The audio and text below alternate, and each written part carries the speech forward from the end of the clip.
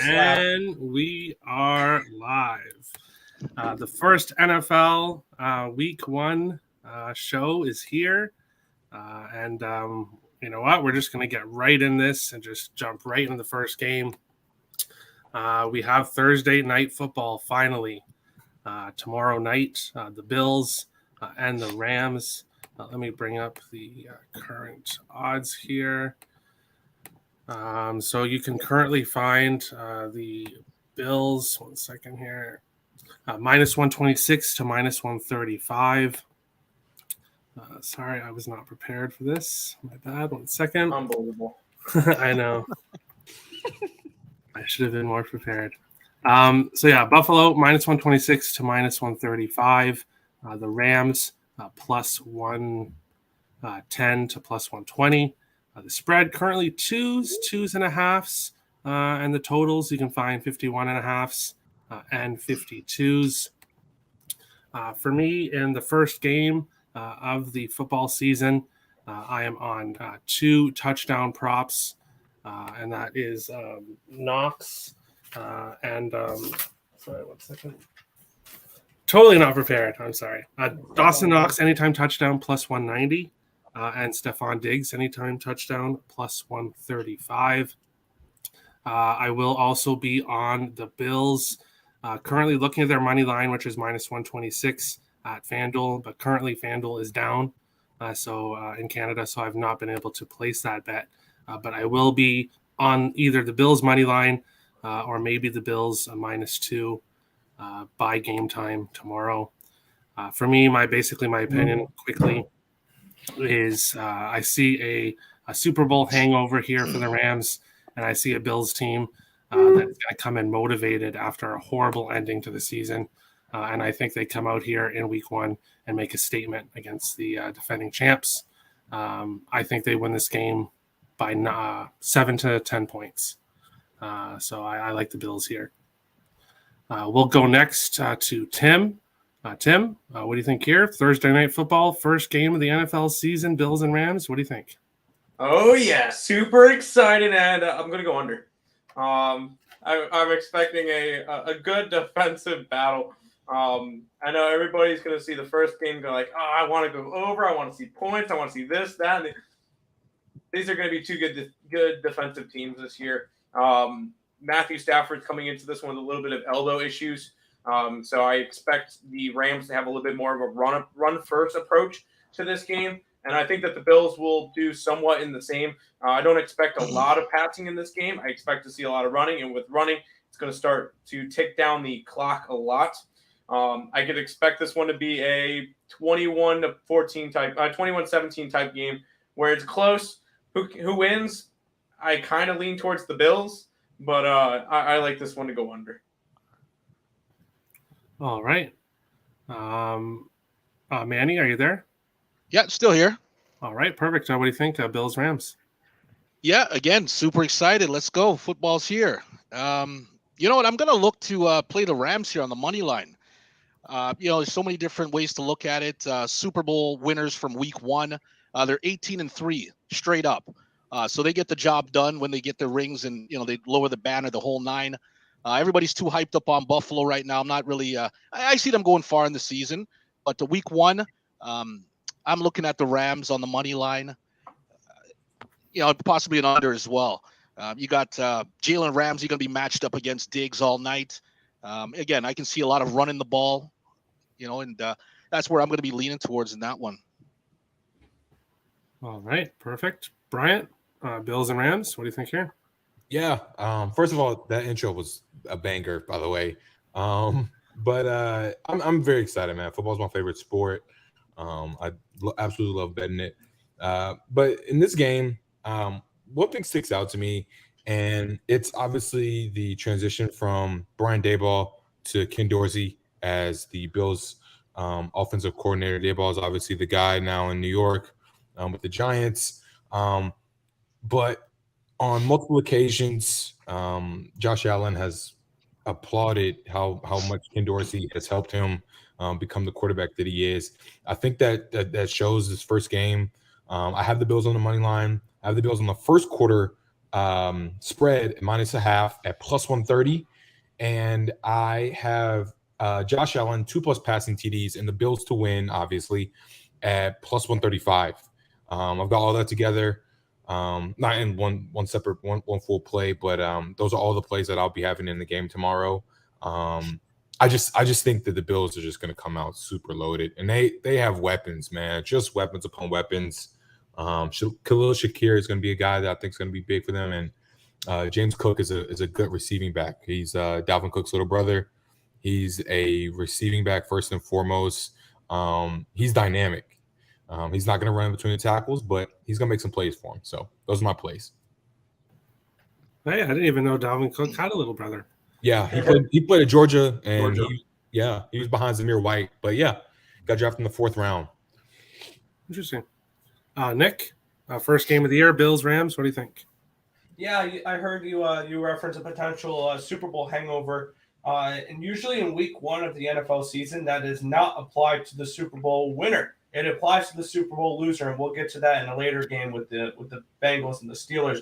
But in the last 21 years, in week 1, the Super Bowl the Super Bowl winner is 14-5-2 against the spread and 18-3 straight up. So they actually have a lot of success week 1 after winning the Super Bowl. I like the Rams in this spot here, and I thought the opening line was where it should have been.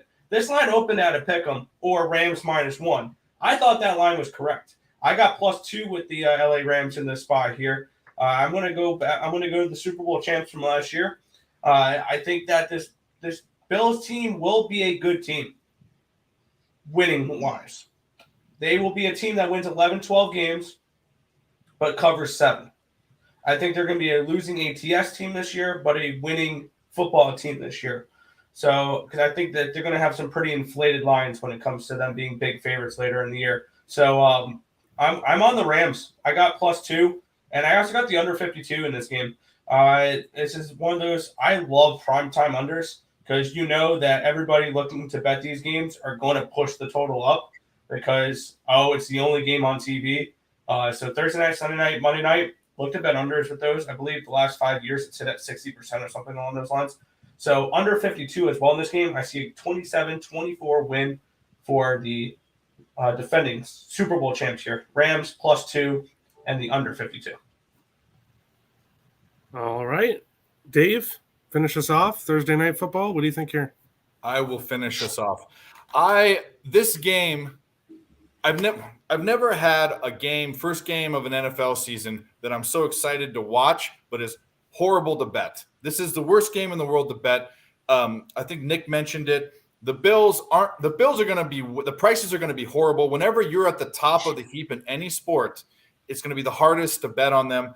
I have the Rams as about a 1.5 point favorite. That means that no matter where the line's been, I am not excited to take a side in this.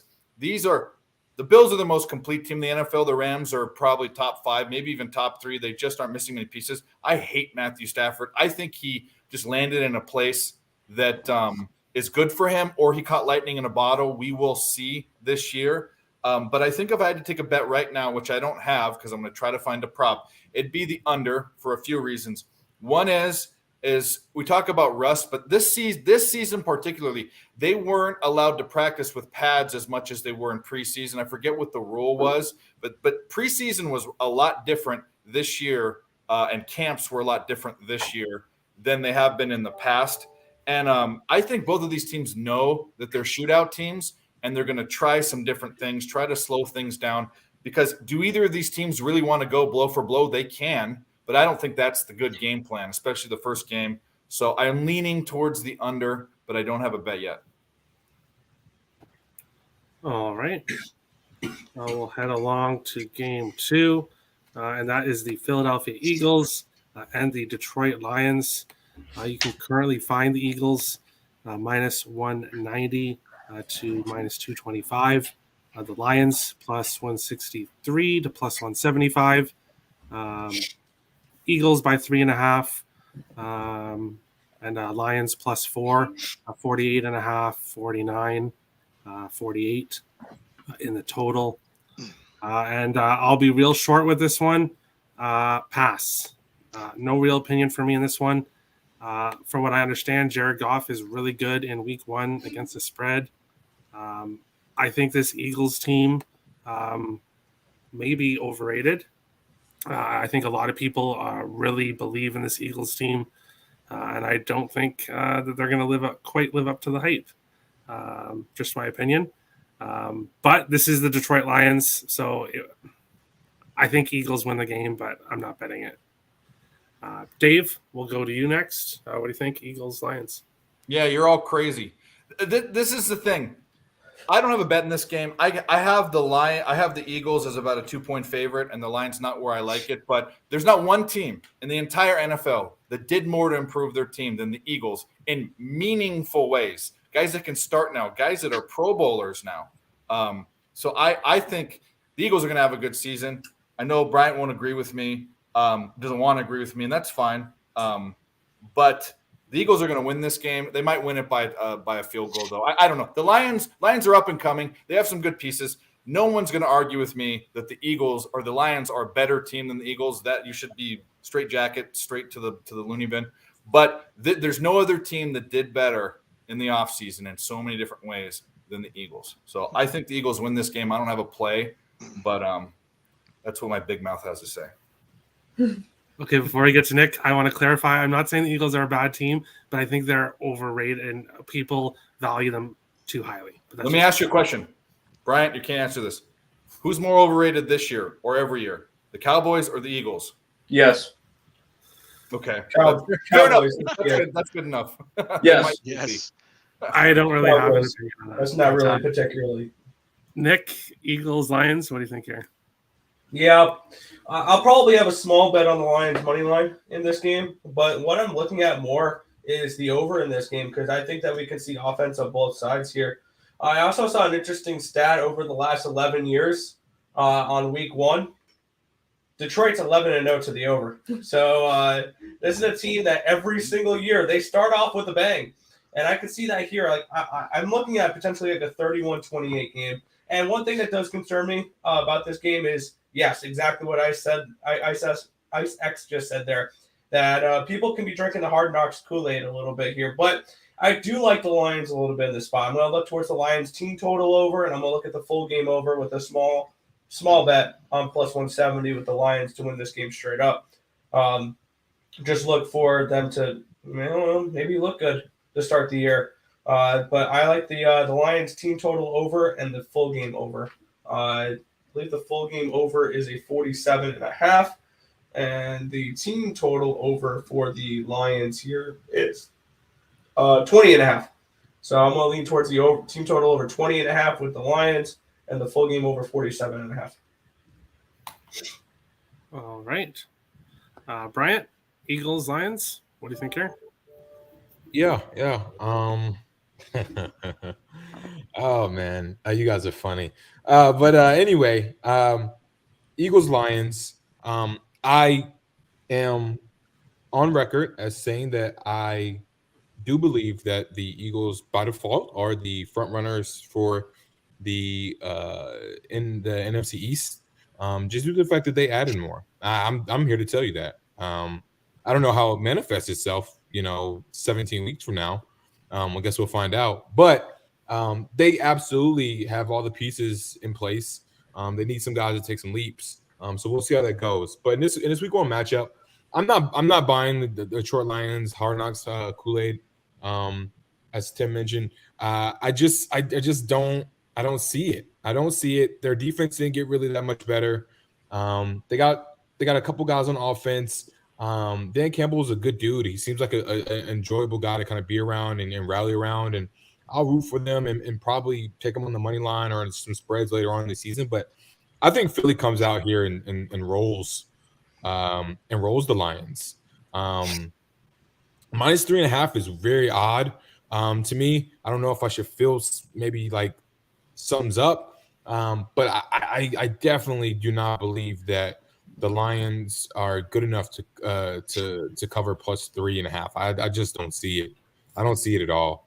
And I'm willing to have any sort of normal, regular debate with someone that believes so. I just don't see it. I know football, but I like the Eagles. They rolled the same Lions franchise last year, 44-6, and then they got hot and put some things together. I think they ranked like 6th in like offensive DVOA from that point on, and that kind of led them to the playoffs anyway. And so I think it continues here. They got better. They got AJ Brown to add on to it. Yeah, that's my play here. And I may do something with a team total on the Eagles.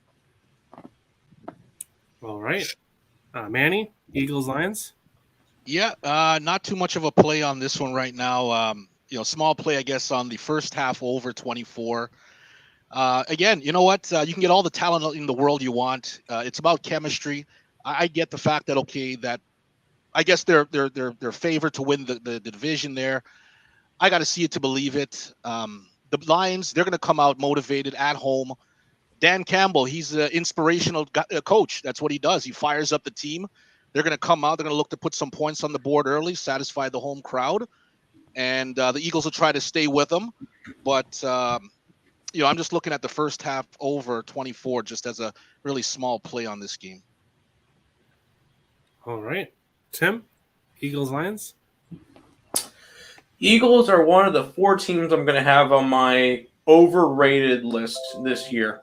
And I'll go over the other ones in a little bit. You know what? I know Hard Knock, all that good stuff. I'm going to drink the Kool-Aid. I'll be fine with that. I'm going to go after the Lions in week 1.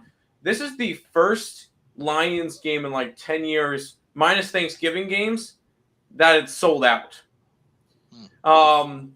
So I don't know if that has a huge impact or anything, but I'm going Lions week 1. I think they have a shot to win straight up. I want to see what this Eagle team does. I want to see what they do. I wasn't a big fan of them last year. They were a winning team. They made the playoffs. I'm not really sure whether or not they're going to be doing it again this year. I like the Detroit Lions in this matchup. I'll take them plus the points. Shake your head at me all you want. That's fine. Hey, there's lots of disagreements. There's going to be a lot of shaking heads today. That's fine. Let's bring it. And we'll move on along to the next game when we're talking about overrated teams. This is the perfect time to introduce this team. We have the Indianapolis Colts, who you can find for minus 313 to minus 345. The Houston Texans, plus 260 to plus 283. Indianapolis minus 7.5, over 45.5. The total, you can find 45 to 46 in this one. I'll be really quick with this. It's a pass. As I said, the Colts are overrated in my opinion, but this is a team that they should absolutely smash. If they're as good as everybody thinks they are, they should be winning this by 14 plus points. So for me, it's a pass, but this should be Indianapolis spot. Tim, Colts, Texans, what do you think here? I am high on the Colts this year. I have a Super Bowl ticket for the Colts. This is a Texans spot. I would grab them plus 7.5. I do not think they win the game straight up, but I think that the Colts always have trouble covering games, especially as favorites versus their division, because they always had it. They had a problem with it last year against Houston and against Jacksonville. I don't think Houston's a good team, but I feel like this is There you go. That's one right there.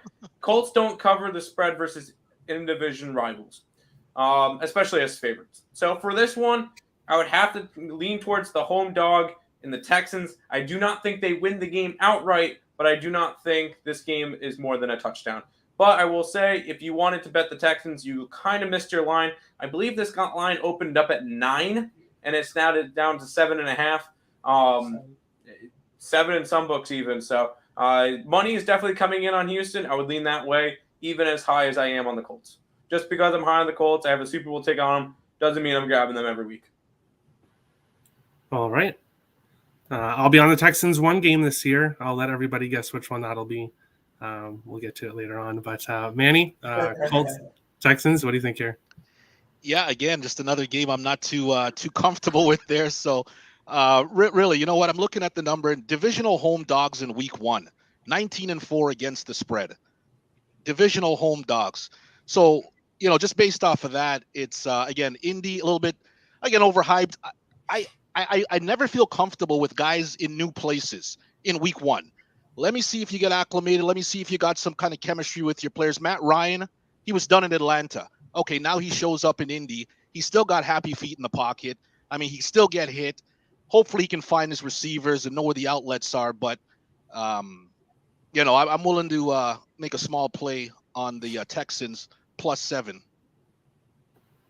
And I guess that's at what, -110, I guess. Yeah, you can get it for -110. Most spreads are. Yeah. You can get -114 if you have access to FanDuel. You can get +7.5 for -114. Okay. But you kind of missed your line. It was 8.5 when it opened. Yeah, like I said, not much of a play on that. Just the fact that home teams, divisional home team dogs, they got a good record since 2009. They're 16-4 against the spread, so I feel comfortable with that. Everybody's riding Indy. Everybody's, all over them. So I'll stay away from the public money there. That stat is great for a game that we'll be talking about later. I like it. Bryant, what do you think? Colts and Texans. Yeah, there are two stats that stood out when I was kind of digging on this game. Frank Reich has never won a game in week one as a head coach. So, just putting that out there. Two, Indy is also the worst team against the spread. I think someone mentioned in the comments, but Indy's the worst team against the spread in the NFL since like 2005. Against divisional opponents. Yeah. So, no, in general. I thought it was in general. Yeah, I was going to say I thought it was just overall. I have that stat here. It's they are 1-11 straight up and 1-10-1 in their last 12 season openers. Period. Correct. Yep. Yeah. I'm just saying the Texans also played teams really tough at times last year, man. There were some games where the first half the Texans were up like 10 points, and you're like, bro, what the hell is going on? I'm not saying that it's going to manifest itself, and I don't know if I'm going to actually bet it, but I would be wary of this game just because of that. Like we talked about, there's a lot of different factors going on with the Colts. The quarterback trying to wipe out the stain of Carson Wentz no longer being there. It's a division game. It's in Houston. It's just a lot of weird stuff that doesn't really gel right now for the Colts. I ate the chalk this year, and I mixed them in a parlay for division winners. So I do think that they're going to win the division, and I expect them to do well over the course of the season. But this is a weird spot, and I don't feel comfortable taking -7.5 really on anyone in the first week of the season, considering how much guys don't play in the preseason anymore. There's just no rep, so you're kind of going in there blind. And yeah, and I'll also be interested on Davis Mills this year. He showed some things last year, and I really, if he does it again, I mean, who knows? But we'll see. Interested in Stingley as well. But yeah, if I had to play here, it'd be that +7.5. Maybe eat the chalk a little bit and boost it up maybe a couple points. But I would go with I would lean the Texans to cover. All right. Nick, Colts and Texans. What do you think here? Yeah, I think at this line, I think the best thing you can do with this game at this line is you can go ahead and take the Colts and put them in a teaser, get them down to a -1. I think that's a decent look. And there's a few teams that I think are pretty good to look at to partner up the teaser. If you want to get a Thursday night action, getting the Rams up to 8.5, along with the Colts -1. There's a few other teams that we're going to be talking about on the Sunday slate that you can tease down or tease up. Because that's one of those numbers. 7 is a good number to tease down to a 1. When you're looking to tease, you're looking to tease favorites that are 6.5 to 8.5 down to below the field goal. And you're looking to take dogs that are 1.5 to 2.5 and up past the touchdown. So I think that they're definitely a good team if you're looking to tease the Colts here to a -1. I think that's a good spot to potentially do that. At 7, I can see the Colts covering this. And at 8.5, I really wanted nothing to do with the Colts. But now that it's down to a 7, I could potentially see that this being a game where they can cover. This is not a game I'm getting action on other than maybe in a tease. Other than that, it's a lean towards the Colts in a pass. All right. Dave, Colts, Texans. What do you think here? Yeah, I'll make it quick. This is tied for the least interesting game of Sunday. I have no play on it. I have the Colts as 8-point favorites. That's not enough to move the needle. I know that couple things. I know that the Colts don't cover spreads. Well, Houston is so bad; they're the ones to break that streak for sure. Yep. I have Houston might be the worst team in football. People like Davis Mills. I don't know why. I mean, name five Houston Texans. That's my argument. The next thing is the Colts. I also don't understand why Colts were a good team last year. They were good. They're not great. What did they do that's going to make them any better? They have an offensive line. They always have an offensive line. They do have up and coming wide receivers, but they're not stars yet. The running back is a star. He's the same guy. Yep. Okay. And then Carson Wentz for Matt Ryan, there's an argument that's a worse trade. That's a worse swap. There's an argument. Definitely an argument. They're at equal at best. So how the hell are the Colts Super Bowl champions? That's what I want to know. Nick? What? Well, hey, we're all allowed to have our opinions, and I just yell mine, so don't feel like I'm just really aggressive, So hey, it's all good. I haven't started yet. It's coming soon. I slow down. So That's good. Browns, Panthers. We'll go into this one here. You can find the Browns plus 110 to plus 100 to minus 105. You can find Carolina minus 115 to minus 133. The spread. Most books minus 1.5. I do see some twos on the totals, 41.5s and 42s. Dave, we'll start first with you.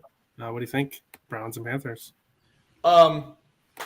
This is my dog of the day. Couple things. I know the Browns don't have a quarterback. Did we forget about everything else? They have they have the worst ownership in football, okay? Their teams are run bad. We know that. They make bad choices. Baker Mayfield should have never been the first-round pick. Sam Darnold should have, but he would have been a bad one too. There was no choice. Baker Mayfield, in no one's mind, should have ever the Cleveland was on crack. But they've got a great O-line. They've got a good defense. They've got probably the best running back tandem in football. And they're playing against their old quarterback who is a big mouth, short underachiever. He's Johnny Manziel on steroids. Same type of player. He belongs in the CFL. And the Panthers are just not good. The Browns are good. They're a good team as far as talent goes. They don't have a quarterback. So maybe there's some dysfunction in their heads, but I'm definitely taking 2 points, and I'm probably money lining it. Second best play of the week. All right, Nick, Browns, Panthers. What do you think here? I was gonna say I'm on the same page as Dave here. What the hell am I missing? Where Carolina deserves to be a favorite over the Browns? Jacoby Brissett's not that bad. I don't know why we're overhyping that he's the worst quarterback in the world. I mean, I think there's other quarterbacks out there that I would definitely say are way worse than Brissett. Brissett's serviceable, and he's going to be a game manager because this team is going to pound the rock down your throat. And that would also lead me a little bit towards an under in this game. It's a 42, though. That's a really low total in this game.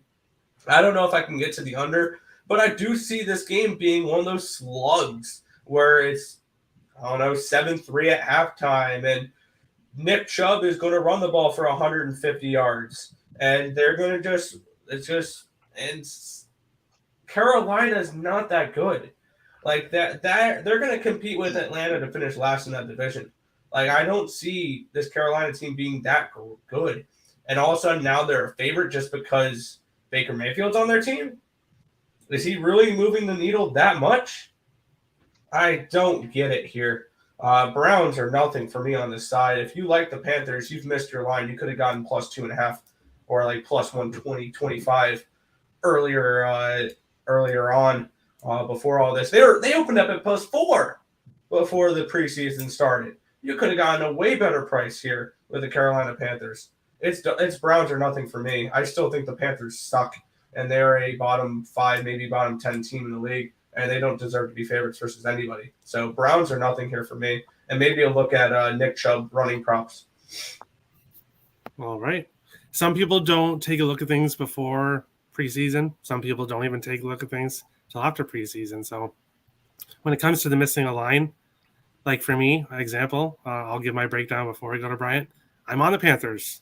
I think the Panthers are going to be an improved team. Do I think they're going to be a good team? No. But the Browns are a team that I'm going to fade quite a bit this year. Horrible management, bad coaching. Yes, they have a good roster, but just the overall organization is just bad. And it's been bad for years, and I don't see anything changing here. The Panthers, definitely not a team I'm excited to run to the window with, but I am on Panthers money line minus 115. I think at home here in week 1 against this Browns team, they get the job done, and that's all I need them to do is win. So that's my opinion. Bryant, Browns, Panthers, what do you think on this one? Yeah, man. There's a lot to kind of unpack with this. Obviously, you don't have a lot of time. But ultimately, I'm probably going to stay away from this game on a side-to-side basis. I agree that Jacoby Brissett is not a horrible NFL quarterback. I mean, he's definitely a backup caliber. But he started some games. He's did serviceable enough. I can't see the Panthers winning this game, but I also feel like there is extreme motivation behind Baker, man, and I don't know. It's weird. Weirder things have happened in the NFL before. Yeah, that's why I'm kind of staying away from the money line. If I had to make a play in this, it would be the under. I think there's some really talented ball players on both defenses. Jeremy Chin for the Panthers, Brian Burns for the Panthers, obviously Myles Garrett on the Browns. There's just some really talented defensive players, and I ultimately think that that's where this kind of game kind of lies. But yeah, Christian McCaffrey, is he going to play more than 2 quarters before he gets injured? Like, how do we know? How does that work out? I wish there was a prop for that. Like, could we get like a number of snaps for over under 2.5 games? Yeah, like can I get like a prop for that? We're not rooting for injury, but like I'm definitely not rooting for injury. Just saying, like, it's like an inevitable thing. I'm literally not rooting for an injury at all. It's just one of those things running backs like that. Yeah, man. And it sucks because he's talented. But anyway, yeah, I think the under is the play if you're gonna pick anything, and that's where I would lean. I'm still on the fence about it. That might be a touch bases with me Sunday morning type of deal. But yeah, I wouldn't like to pick a side in this at all. I agree though that the Cleveland Browns are a very good roster, even without that guy not playing for them. They objectively are. They built a really good roster around him. So yeah. Quarterback not to be named. Someone said 2 weeks. Exactly. Like we don't know how long they're gonna get Christian McCaffrey for. So make that a prop, damn it. Should we call Deshaun Watson the Mets? Because we can't say the name. No.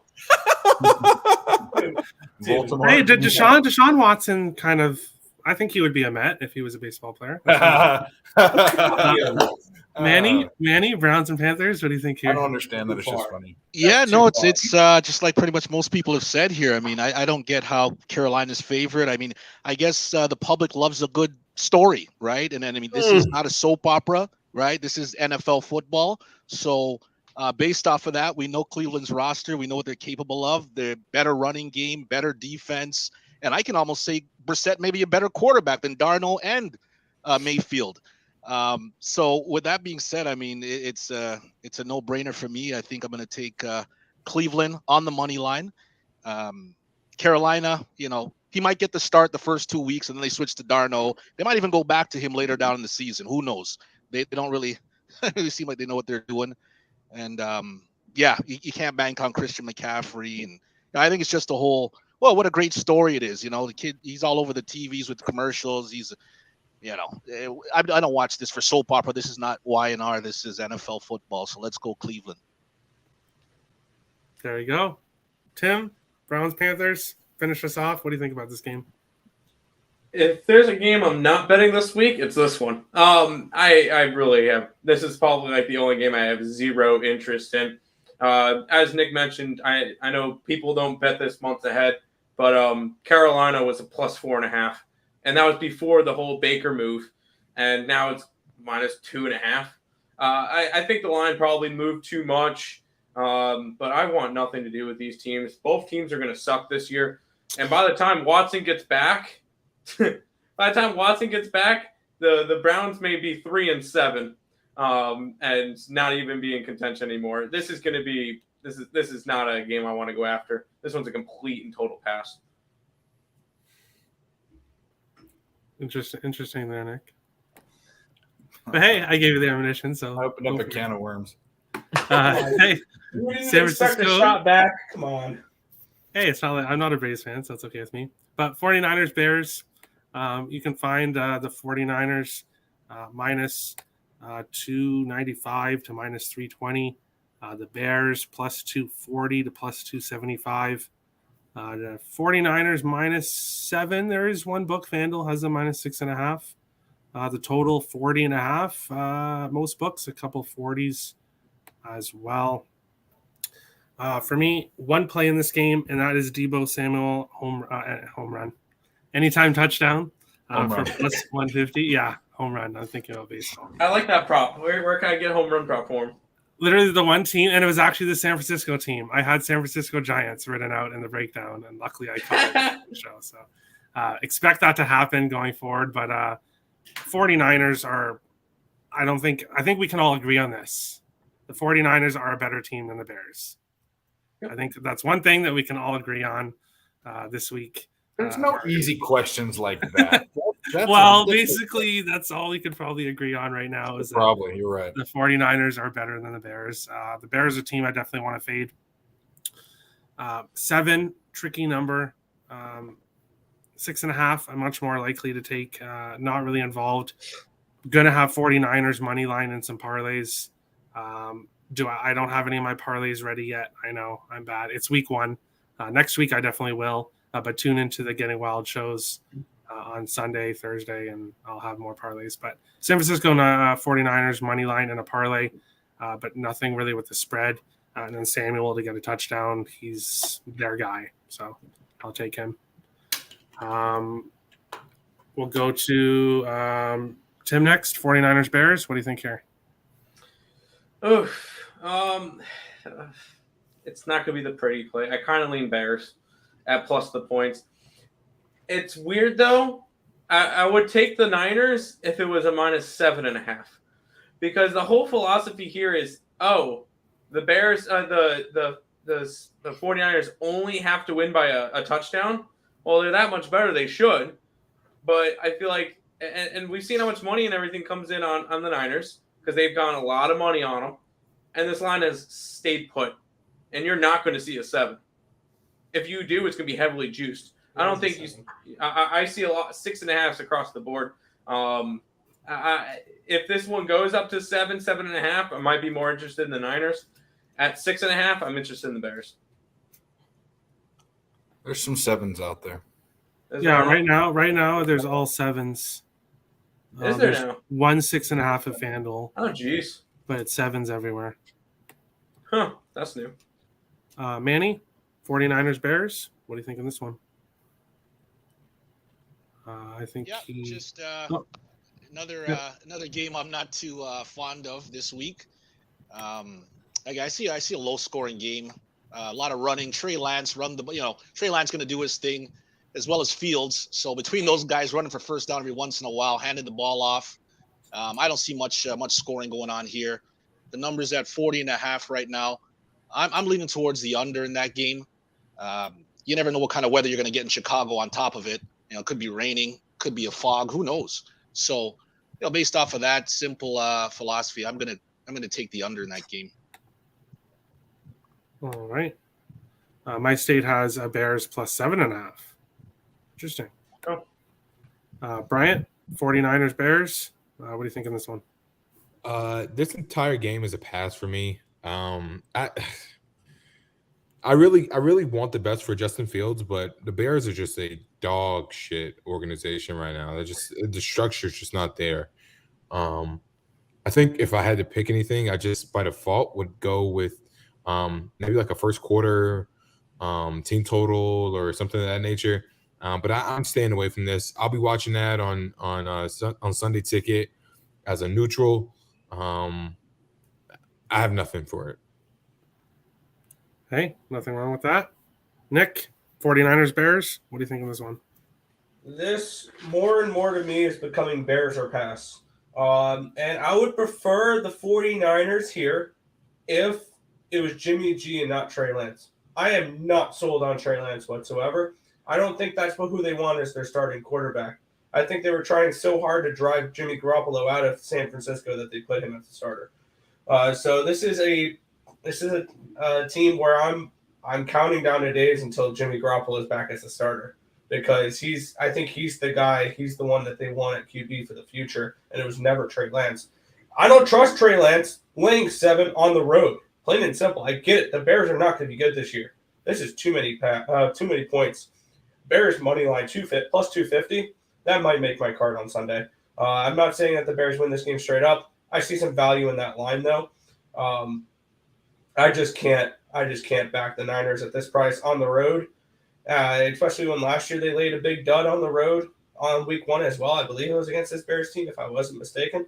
It wasn't against a good team, but they laid a complete dud last year to start the year. This is Bears or nothing here. I think Bears potentially win this game outright. Wow. All right. Dave, 49ers Bears. What do you think of this one? Yeah, I'm not betting this game, first of all. So I have them indexed, the Niners, as a 4.5-point favorite, which means you should go with the Bears. And I'm a Niners fan, but here's the deal. And Trey Lance is out there. I think the Niners made a mistake. I think they drafted Trey Lance so high, and they didn't realize that Garoppolo took them to the NFC Championship, which, by the way, when you look at Garoppolo's QBR last year, I think he was in the top 5. He's still a good quarterback. He doesn't make some decisions well. He really doesn't need to, because his coach is the quarterback of that team. He basically just tells Jimmy what to do, and he's a puppet. And every other piece on the team is playoff caliber. So I think they have to go with Trey Lance because it was hyped. The Niners didn't realize how well they do last year. I think that they're kind of caught. And I think Jimmy's sticking around and not saying he wants to leave because he knows he has a good chance of coming back with a good team. If he leaves, he's going to go as a backup or to a shitty team. So it's kind of a weird situation. This game should be 24-3 Niners, but because Trey Lance is a question mark and because my index is kind of tipping me off, I'm just off it completely. I will be watching it. All right. Moving on along, the Battle of the Bums. We have the Jacksonville Jaguars and the Washington Commanders. We'll see what Washington's name is next year. But you can find Jacksonville plus 125 to plus 110. You can find Washington minus 135 to minus 145. 2.5s, a couple threes, 43.5s, 44s. And this one, we'll go to Dave first. Dave, what do you think? Jaguars and Commanders. Two bad teams, best play of the day as far as betting. I have the Commanders as almost a touchdown favorite. And I know someone else is on the other side. I would love to hear in any aspect, quarterback, offensive line, wide receiver, running back, front seven, defensive back, special teams, any facet of the game that the Jaguars are better or ranked higher in anyone's opinion than the Commanders, even though the Commanders aren't good. I would even take Carson Wentz this year than Trevor Lawrence if I had to. And like I said, they're on an equal playing field. Now, as far as winning a championship, no. As far as winning a game, absolutely. Trevor Lawrence is unproven. He's got a running back that's been hurt, and I know they got Kirk and the other dude, but basically put them all in a ranking. And what part are the Jaguars are going to be better than the Commanders this year? That's craziness. They won 4 games last year. They didn't really improve their team, and the Nationals. See, I'm doing it too. The Commanders. The Commanders won 7 games, which is probably a game or two more than they should, but craziness that Jacksonville's favored here. So I'm all over. That they're not favored more than a field goal. So I'm on Commanders at 2.5, and that's my best bet. Wow. To answer your question, quarterback, and it's not even close. He may be unproven to you, but quarterback, it's not even close. I disagree. Hey, we're all Carson Wentz entitled took his team to the Super Bowl. Yeah, well, that was a few years ago, and he's definitely not the same quarterback. Trevor Lawrence had Urban Meyer. Trevor Lawrence is a rookie, is in his second year, so obviously he is unproven. That's totally right. But he will be the better quarterback, and it won't be close. Will be. No, it won't. In my opinion, anyways. But that's my opinion. Everyone's entitled to theirs. So, Nick, Jaguars, Commanders, what do you think here? The more and more I look at this game, because originally this line was at 3.5, and now this is dropped below a field goal. Originally at 3.5, I was thinking Jaguars. At less than a field goal, this is absolutely a commander spot. I don't understand all the love here for the Jacksonville Jaguars. This is still the team that's picked first in the draft, 2 of the last 3 years? If I'm not mistaken, this is a team that's won 6 games the last 3 years. And we're expecting them to not only win, but on the road to start the year. Yes, I get it. The Commanders are not going to be a good team this year. I think they finished last in the NFC East. But the more and more I look at this game, the more and more I want to back the Commanders. And I want to look at probably the Commanders, and I lean towards the over as well. And yes, I can understand people liking Jacksonville a little bit just from the addition by subtraction with getting rid of Urban Meyer. They also went out in the offseason. They did get Christian Kirk. James Robinson's going to be back. They got Zay Jones from Vegas. They got Evan Ingram from New York. So they got a couple players, but I mean, they massively overpaid for Kirk. And this is still a Jacksonville Jaguars team that I need to see it to believe it first. Yes, Orange should be better. Yes, the Jaguars should improve. Maybe. But for me in this one, I'm going to take the home favorite. I'm going to fade what I'm starting to look at as a massively public underdog this week.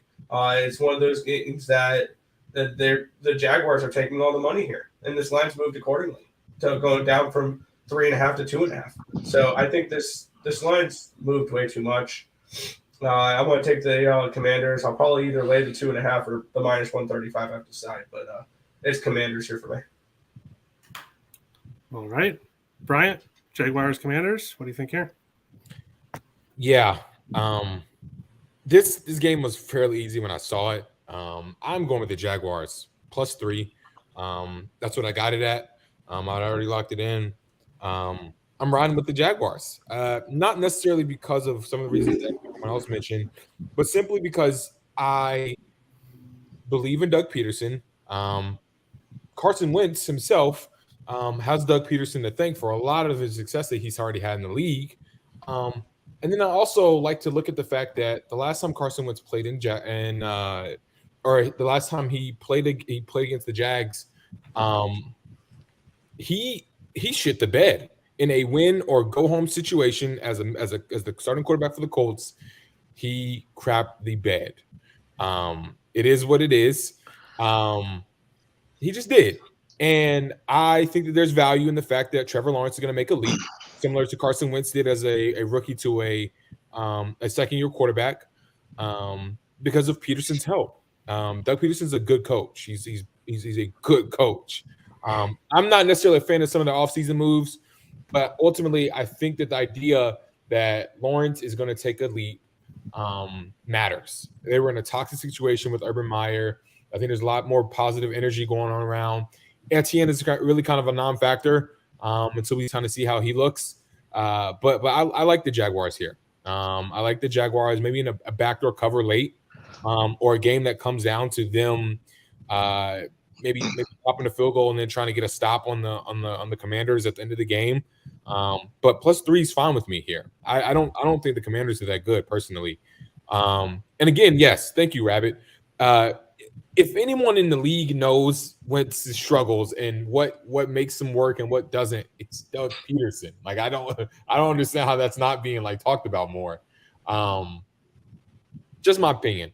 But we'll see. I'm very excited for this game. I'm obviously rooting for the Jaguars for reasons. But yeah, +3 for me. All right. Manny, Jaguars Commanders. What do you think of this one? Yeah, again, when it came out, I was looking at Washington. Sure, it looked, simple enough. I'm gonna go with the Jacksonville here to cover the 2.5. Again, you can only go up from here. Change of culture. They made some great additions. It's funny, we can acknowledge the great additions that other teams make because they're good teams, but a bad team makes some good additions. You got to show the love as well. Trevor Lawrence, again, he was a winner, right? He kind of knows how to get the job done in college, yes, but with that being said, he's not proud of what he's put up the last little bit here, so he's got a lot to prove. Again, Wentz, you can't trust him. You just can't trust him. He'll throw the game away in the fourth quarter. So a backdoor cover is definitely possible. I found this crazy stat here. It was teams that won 4 to 6 games the year prior and opened their season on the road. They're 48-21 against the spread. That gives me reason to say, you know what, Jacksonville, if you're ever going to do anything, now would be a spot to do it because the rest of the schedule will be tougher than this. So with that being said, I'm going to take Jacksonville plus the 2.5. Might even just take them on the money line as well because I'm not sold on Washington. They got some good talent, sure. But Jacksonville, change of culture. Trevor Lawrence, let's go. I'll take the Jag. All right. Tim, Jaguars Commanders. What do you think of this one? Yeah, I'm going to be with David and Nick. I'm going towards the commies. I'm not a big fan of the Jacksonville Jaguars. Sure, they can make a couple of additions, but they're still the Jacksonville Jaguars. New coaching staff. They have to get adapted. Trevor Lawrence played a little bit during preseason, but I still think there's a lot of work to be done there. Sure, Washington shouldn't be a good team this year, but the entire NFC East shouldn't be a good division in general. So I think that when you come to it, this is one of the games that I know it's week 1. Washington has to win this game. Like, if they want anything to do with trying to go after the division, they need to win against bad teams. And Jacksonville is going to be a bad team this year. They are going to be Jacksonville's in a division where they can, do some stuff in their division. But I'm not high on Jacksonville this year. I'm not high on Washington either. But I would go towards Washington in this one. All right. And to finish us off, no big surprise. I am on Jacksonville as well. I won't really go into deep detail as we've already discussed this game. But Jacksonville, a good stat, has not won against the NFC in 3 years. So in the last 3 years, they do not have a win against the NFC. I'm still going to back them. I think they end that streak. I'm definitely looking at the Jaguars money line, which I already bet 0.75 units on. I like the Jaguars here. Moving on to the next one, we do have the New England Patriots and the Miami Dolphins here in this one. Let me bring up the odds here. So you can currently find New England plus 140 to plus 160. Miami minus 170 to minus 185. 3.5s. I see 1-3 there. 46 or 46.5 for the total. Pass. Easy pass for me in this game. I could see either team winning. I could see either total. I just have absolutely no feeling about this game whatsoever. If you put a gun to my head and made me choose something, New England plus 3.5, maybe, just because of Belichick. But that would be basically the only reason why. So I'm not playing it. Don't have to bet every game. Thank God. Tim, Patriots, Dolphins, what do you think on this one? All right, we get to team number 2 of my overrated list, and that will be the Miami Dolphins. They get one player, Tariq Hill, over the offseason. All of a sudden, they're higher up for the division, and people no. Belichick will game plan this one. He will do, I know, Ice X. I'm on New England. I'm on the Patriots, and they're going to be one of our circa bets this week. Plus the 3.5. I think they're in a good spot. I know that New England normally struggles in Miami. I just think that Miami's way overhyped this year. So I'm going to, first week of the year, I'm going to go and fade the teams that that are overrated to me. And Miami's 2 of 4 for the overrated list. I'm grabbing the Patriots. All right. Manny, Patriots, Dolphins. What do you think on this one? Yeah, no, I agree. Proper preparation prevents poor presentation. Belichick's got his team in Miami from last week. So the fact that he's doing that, it shows that, listen, guys, we're going to be prepared for this game. We're going to focus. Tua, Tyreek Hill, they're excited. They think they're penciling a W off of this game, and that doesn't happen with Belichick. Probably one of the best opening game records as a coach. Obviously, he's had Brady, but he knows how to prepare. And again, that's that whole divisional dogs. Over the last, I believe, 8-9 years, divisional dogs are 22-8 against the spread. So I'll take New England plus the 3.5. Tua, Tyreek Hill. Yeah, they'll be fighting in no time on the sidelines, arguing about stuff. So let's just wait for that soap opera to play out. I'll take New England plus 3.5. All right, and our New England fan Ice X is very happy to hear everything he's heard so far. Now, Brian? New England's going to suck the rest of the year. I want to point that out. Oh, well, that was short-lived. Brian, what do you think? Patriots, Dolphins. I'm going to be looking to fade the Patriots a lot this year. I don't think that they're good, and I think we are probably a year away, maybe a season away from them collapsing completely. I don't see it anymore. Mac Jones is all offseason we heard about how horrible he was, and this is from like his own reporters, or the beat reporters for the New England Pats. And there's been just so much foolishness with the OC, no OC, lack of OC, guys just taking turns on it. I don't know. I'm not betting this game. I kind of want to see how things kind of start out for this specific version of the Pats. I think they got lightning in the bottle last year with Mac Jones for a little while. It obviously tapered off, and then they got eviscerated by the Bills. And that was a very, very fun thing to watch. Oh, yeah. But anyway, I'm going to stay away from this. If I had to lean, I would take the Dolphins. But I'm not going to, and I'm just going to watch this as a neutral. And I am very interested to see what the Pats look like, considering all the reports and stuff that we had this offseason. I'm not a believer really in Mac Jones. And I just think that there's the luster and the shine of what the Pats were is gone. Brady's gone. Sorry. So, all right, Nick, Patriots, Dolphins. What do you think in this one? I'm wondering what week we're going to see Teddy Bridgewater start for the Miami Dolphins. I think Tua is overrated as hell, and he's not the answer in Miami. He has terrible command. He doesn't have long field accuracy, and yeah, it's great that you got Tyreek Hill. Tyreek Hill's going to be pissed by week 2 when Tua keeps throwing the ball 10 yards too early, and he keeps outrunning the football. I'm on the Patriots here, plus 3.5, and plus it's going to be 160 or around that area for the money line here. I think Mac Jones is the better quarterback between the two.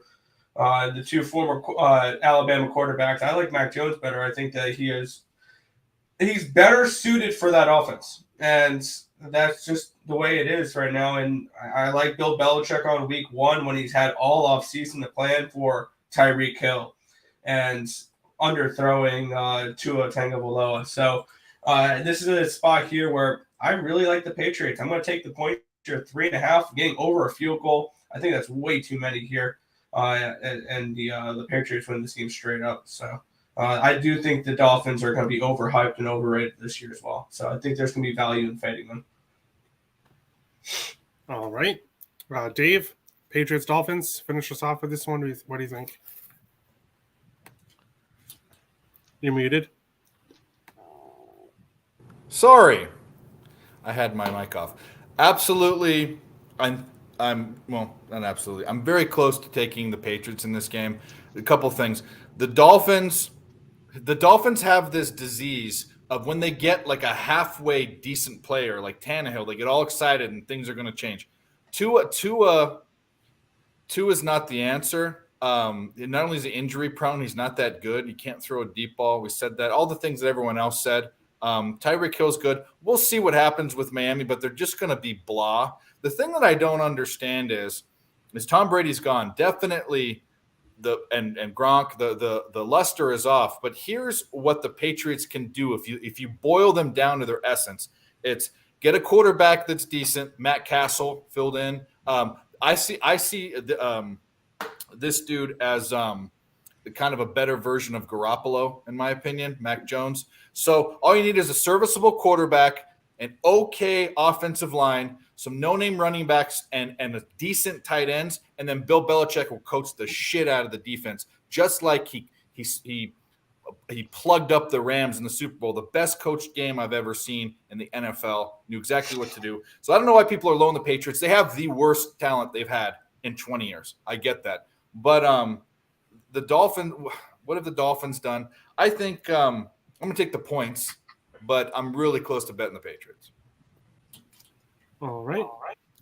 Move on to the next one. Here we have the Pittsburgh Steelers and the Cincinnati Bengals. You can find the Steelers plus 210 to plus 235. Cincinnati minus 260 to minus 280. 6.5s. I see 1-7 and 44, 45, or 44.5 with the totals here. For me, it is Evan McPherson over 6.5 kicking points. One of my favorite kickers in the league is McPherson. And all I need is 2 field goals and a touchdown extra point to cash that. I've heard the Pittsburgh, as Nick has said, or will say as well, about the Pittsburgh Steelers defense. If the defense is as good as they are, then that will only help my McPherson kicking points because he'll be forced to kick field goals instead of touchdowns.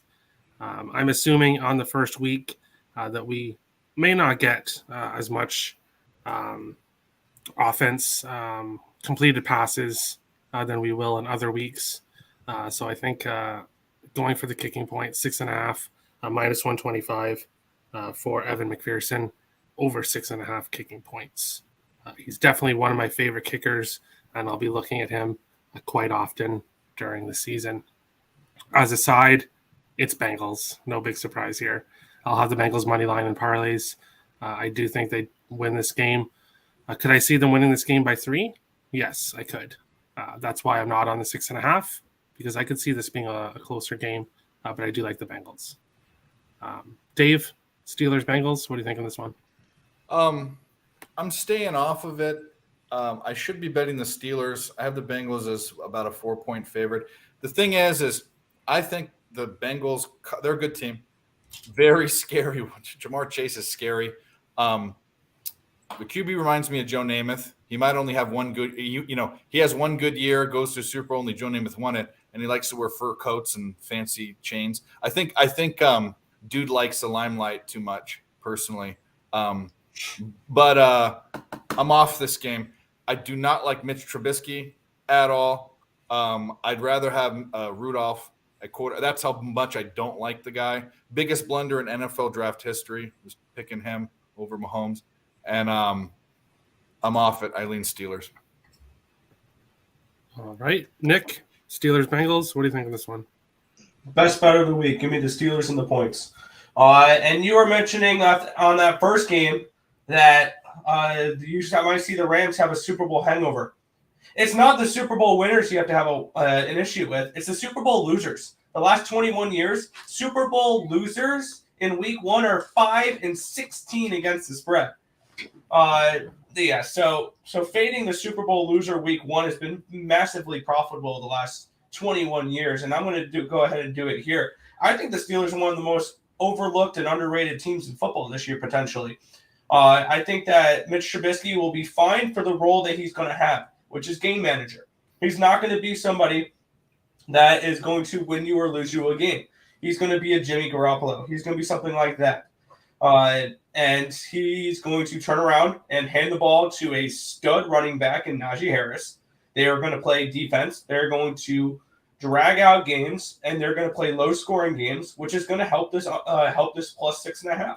Because I lean under in this game as well, because I can see the Steelers having 45 minutes or 45 minutes of time of possession because they run the ball down the throat of the Cincinnati Bengals for 12 play drives.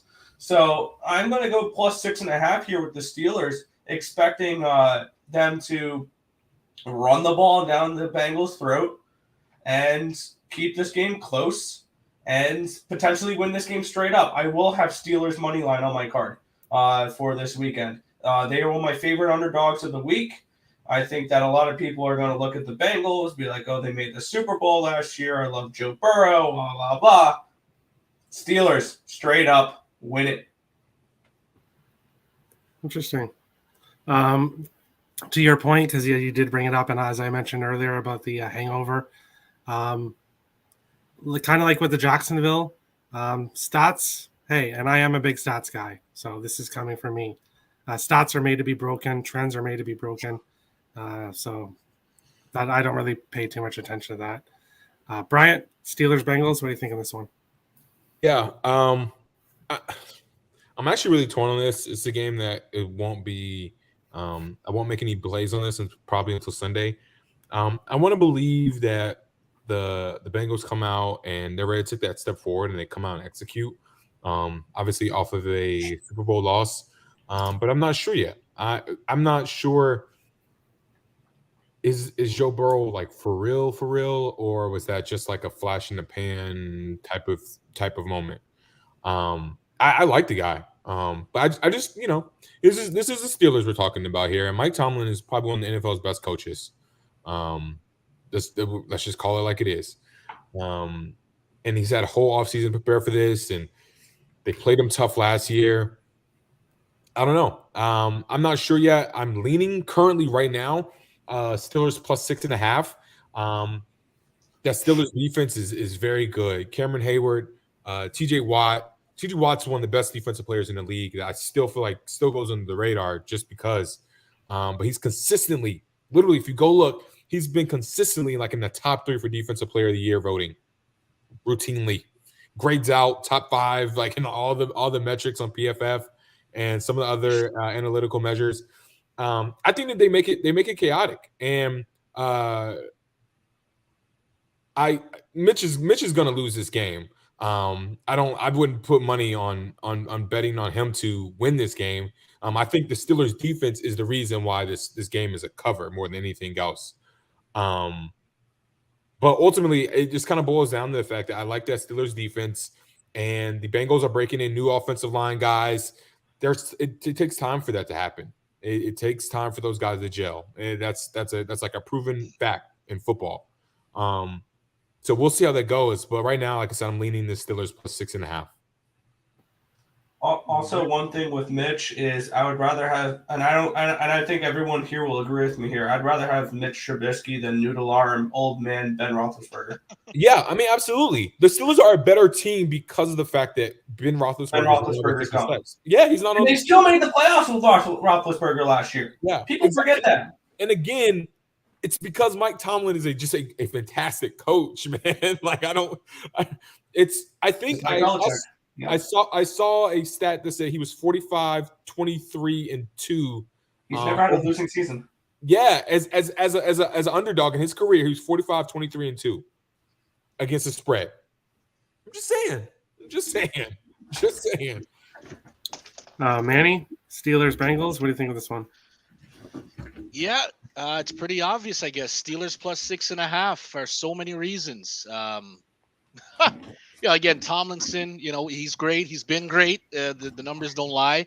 Joe Burrow, Chase, they're a young team. I feel like they might be feeling themselves a little bit too much coming into this home opener. I don't know if they dropped the banner for AFC championships, the whole thing. But last time they played in Cincy last year, Cincy whooped them 41-10. And that's probably left a very sour taste in a lot of those guys' mouth. Like my man said, they're breaking a new offensive lineman. They'll be blitzing them from everywhere. So I hope those guys know how to, deal with that. So just with that being said, divisional game again, divisional dog, road dog. You got to take the Steelers plus 6.5. I see regression in the Bengals. I got them finishing third in that division. Yep. So, with that being said, I think it's very easy. But again, everybody loves Joe Burrow and they love these Bengals. So 6.5 seems too much to me. I'll take the Steelers. And I think there's a reason this line hasn't hit 7 yet. Yeah, there is. Tim, Steelers Bengals. What do you think here? The reason why this line hasn't moved is because most of the money's coming in on Pittsburgh. I feel like, sure, you could say Jacksonville's the public dog. I think Pittsburgh's getting up there too. Because I feel like Pittsburgh's going to have the same attitude, or that people are going to have the same attitude towards Pittsburgh as they do towards Las Vegas. Is they're either going to come in dead last or they're going to be one of the best teams in the division. I don't think people see it in between. And for me, I am not high on Pittsburgh. Sure, they're going with a new quarterback, which, hey, they got rid of Ben Roethlisberger. That makes them improve already. I'm not high on kissing titties. He was not good at UNC. He was not good in Chicago. I'm not high on Trubisky. I think Cincinnati should be favored. I understand. I'm not going after this game. A lot of people could look at this one and go, oh, Cincinnati just has to win by a field goal, by a touchdown. I don't know. This one just seems like a weird line. I will say I like Cincinnati. I was riding them throughout the entire playoffs. They're kind of one of the teams that I don't know. They're not a soft spot, but I kind of like them after last year. But I'm not betting this game. I'm not touching this one. All right. And I'll finish it off with the only reason I'm not taking Bengals minus 6.5 is because I am questionable about Joe Burrow's 100% healthy. If I knew he was 100% healthy and I could see him, I need the week 1 to see. But I believe in Burrow. I think he's, I don't want to say the next Tom Brady, but I think Burrow is going to be, Burrow is going to be a very good quarterback. In this league. Oh, jeez. No, definitely not. Burrow is the real deal. I'll say that. But going on to the next game. The next best player to ever play the game. No, I never said that. He's a good player. I agree. I said I'm not going to say that he's the next Tom Brady. Okay. But he is going to be a elite quarterback. I guess I'll put it that way. Going on to the next game, Baltimore Ravens and New York Jets. You can find Baltimore minus 315 to minus 350. The Jets plus 250 to plus 280. 7.5s, 44.5s, 44 as well. I'll be real quick with this one. Pass. No interest in betting the Jets, and you will not find me betting on the Ravens. Ravens are one of the teams. I'm sorry, Manny, but Ravens are one of the teams that I just can't stand. So if you want to hear my New York Mets of football, that's the Baltimore Ravens. I can't stand the Ravens. Yeah, I cannot stand them. I cannot stand Lamar. Nice. I am rooting for the Jets, but I won't have any money on this game. You got to respect the organization. Tim? Can I comment on that? You got to respect hardball. Those two teams have no effect on your favorite teams for the NFL or the MLB. Like, literally, they're in the opposite league. You're hating on that doesn't matter. An NL team, you're in the AL. You're hating on an AFC team, and you're in the NFC. I don't get it. I don't think it doesn't have to be. Everybody has teams they don't like for certain reasons, and I have mine. Everybody's allowed to have their own reasons. So, it doesn't have to be a division rival for me to hate them. Obviously, we'll get to Green Bay here in a bit. Don't worry. I do hate some of my division rivals, but okay. Tim, Ravens, Jets. What do you think here? I'm taking the Jets and the points. I don't mind the Ravens. I think they're going to have a good year. I think the Ravens probably win this game, but I don't think it's going to be a blowout that everybody thinks. You get Joe Flacco in a revenge game against the Ravens. You get it in New York, and I don't want to play the narrative, but it's on 9/11. So I feel like that could be a little bit of a kind of like a don't want to say a booster, but it's kind of a situational spot where it's one of the biggest days in New York history, and it could have an effect on the team and all that stuff.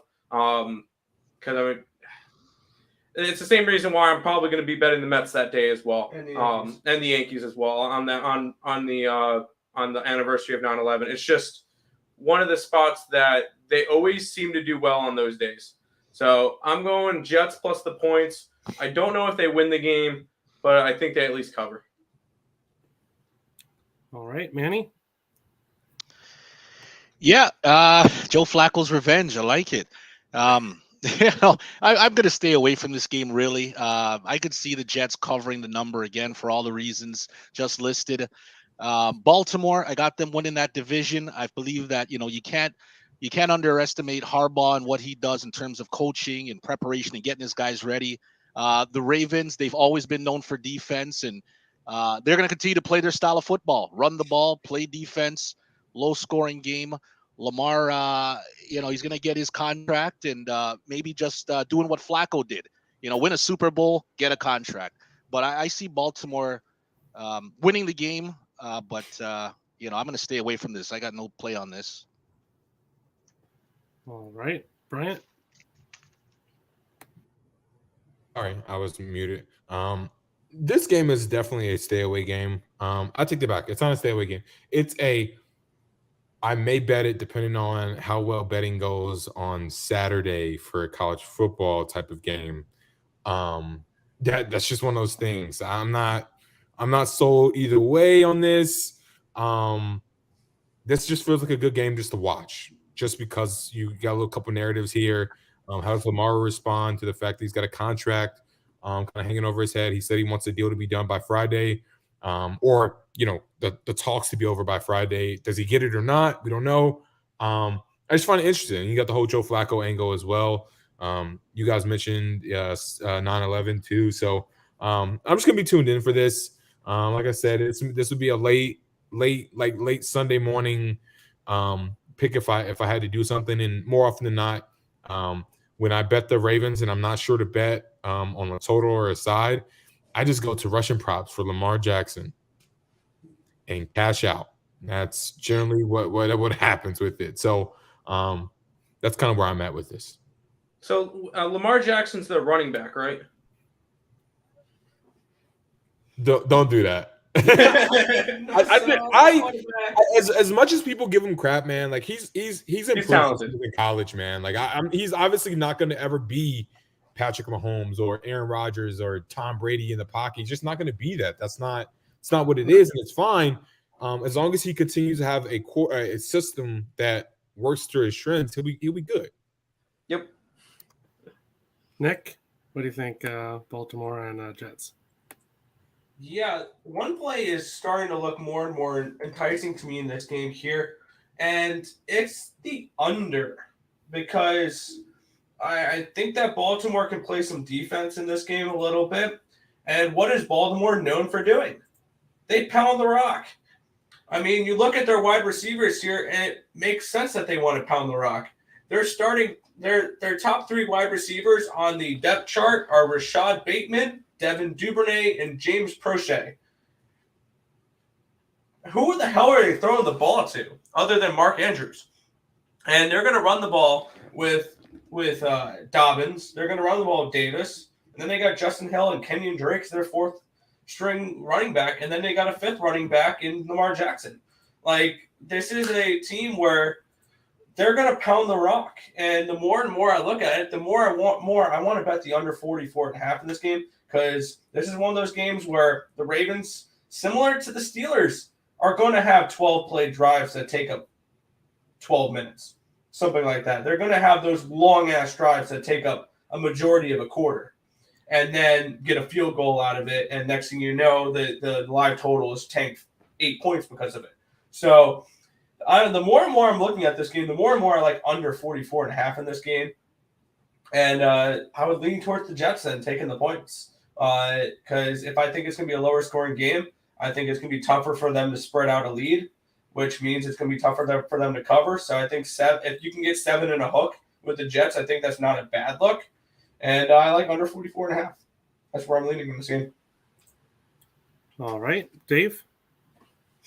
Yeah, I'm going to pass on this game. The Ravens are my dark horse in the AFC, especially if Lamar stays healthy. There's nothing wrong with old school football. In fact, the Ravens have 2 Super Bowls. They won them with Joe Flacco and Trent Dilfer. You guys probably don't even know who Trent Dilfer is. Flacco, don't compare Lamar Jackson to Flacco. Flacco had a 10-game stretch one year where he was good. He just lucked out that was his contract year. Most overpaid quarterback in the history of the NFL. It's because of his defense. They had Hall of Famers. They have a great coach. We talk about the Steelers coach. Harbaugh is one of the most underrated coaches maybe ever in the NFL. And this team is going to be good. I don't have a play on it, but and Lamar Jackson, by the way, he was a unanimous MVP not too long ago. So this team's going to be fine. The Jets stink. I just don't like the line. The Ravens are going to get some good betting lines this year. They're going to be underrated, and you're going to get some good value on them. No bet. All right. Yeah, the only reason why I say, the Flacco Jackson comparison is because Flacco was up for a contract renewal extension. He didn't want to pay him. Bouchard didn't want to pay him till he won Super Bowl. He had to pay him, and that's kind of the same situation where I say, well, you know what, Lamar, just get the wins, just win, and you'll get some money. So I think they're doing this kind of for publicity. I think there's something around right before the game. Oh, we got our guy. I think there's a little bit of play there. What's Lamar Jackson doesn't want to go back to the Ravens? Give me a break. We'll see. I'm not betting. Tyler Huntley is not a bad backup. Well, they won 7 games with their 4th-string running back, their 2nd-string QB that was hurt, and no wide receivers. They just ran the ball and threw it to Mark Andrews, and they won 7 games. So, anyways, I'm going too long. No play. All right. We'll go on to the next game, the New Orleans Saints and the Atlanta Falcons. The Saints minus 222 to minus 250. Atlanta plus 180 to plus 200. 5.5s, 42.5s, or 42s for the total. Another game that'll be real quick. It's another pass. These are 2 bums that I have absolutely zero interest in looking at whatsoever. I know Nick is rolling his eyes or surprised because he likes the Saints, but Saints are no. Both these teams are bums, and I have zero interest in betting in either of them. Tim, Saints, Falcons, what do you think here? Saints minus 5.5 is one of our circuit plays this week. And it's, yes, we are a little bit high on the Saints, but God, this Falcons team's they're gonna rival the Bears for the worst team in football. Maybe the Texans for the worst team in football this year. This Falcons team is not good, and I kind of agree with Nick, and he might mention it, but I think New Orleans has a shot of overtaking Tampa Bay this year. I feel like this is I'm not as high on Jameis Winston as he is, but I feel like this team could be good. This defense got a little bit better. That's one of the reasons why they were almost a playoff team last year. And when it comes to it, I think they take care of business at home. At week 1 on the road versus a bad Atlanta team. These are the games that you have to win if you want to overtake Brady and the Buccaneers. So I think the Saints win this one. I think they win it by at least a touchdown. All right. Tom Brady and the Buccaneers will win the division, but that's another story. Manny, Saints, Falcons, what do you think here? Tom Brady will not win the division, but anyways, again, here we go again, another home dog divisional matchup. And, I think, Marcus Mariota, he's on his last legs. This is your opportunity. I think Pitts is going to step into his own a little bit. Amazing talent. I believe in the Saints. Absolutely. Again, they're going to win the division. So they have the defense. Jameis Winston, don't turn the ball over. Easier said than done. But, I don't really have a play on this. I would lean towards Atlanta to cover the number simply because backdoor covers matter too. And I know Marcus is going to keep fighting. He'll scramble in with 2 seconds left to get that touchdown, right? So, I got no real play on this, but I would lean towards Atlanta plus the number. All right. Bryant, Saints and Falcons? I am not betting on this game. I'm here for the laughs for the Falcons. I think they're going to be really comically bad. But to that point, I think that they have one of the NFL's truly like legitimate unicorns and Kyle Pitts. I need them to force feed him the ball for fantasy purposes. He's on my dynasty team. So I think he gets his. I think that would be the common theme all year long is he'll get his numbers and they'll get their doors blown off. I like the Saints to roll here. Maybe the Falcons come out inspired that first half, but I think that the Saints will get it together and find a way to cover in the second half. So, like I said, I'm not playing this at all, but if I had to, it's going to be the Saints against the spread, and yeah. Nick? Yeah. I am high on the Saints this year. Jameis Winston is one of my 2 picks to win Comeback Player of the Year. And I think that he's somebody that absolutely is going to have a better year he's going to have a good year. We saw him when he got into this offense with New Orleans. He was really good last year until he got hurt. And we've seen Jameis has upside. And then when we look at the opposite side of the football for the Saints, this is similar to the Steelers for me. I see the Saints very similar to the Steelers. I see a potential elite defense there, a very elite defense here in New Orleans. Better, I think New Orleans is better than Pittsburgh defensively, but I see an elite defense here with the Saints, and I think that that's how they're going to win their games most of the time this year is by shutting the other team down. And I would not be surprised to see the Falcons score 10 points this game. Like, I think this could be a 24-10 type of game where the Saints come out, they do enough, they play good defense, Jameis does enough, and the Saints win this game and cover. And I think there are stupider bets than taking a long shot here.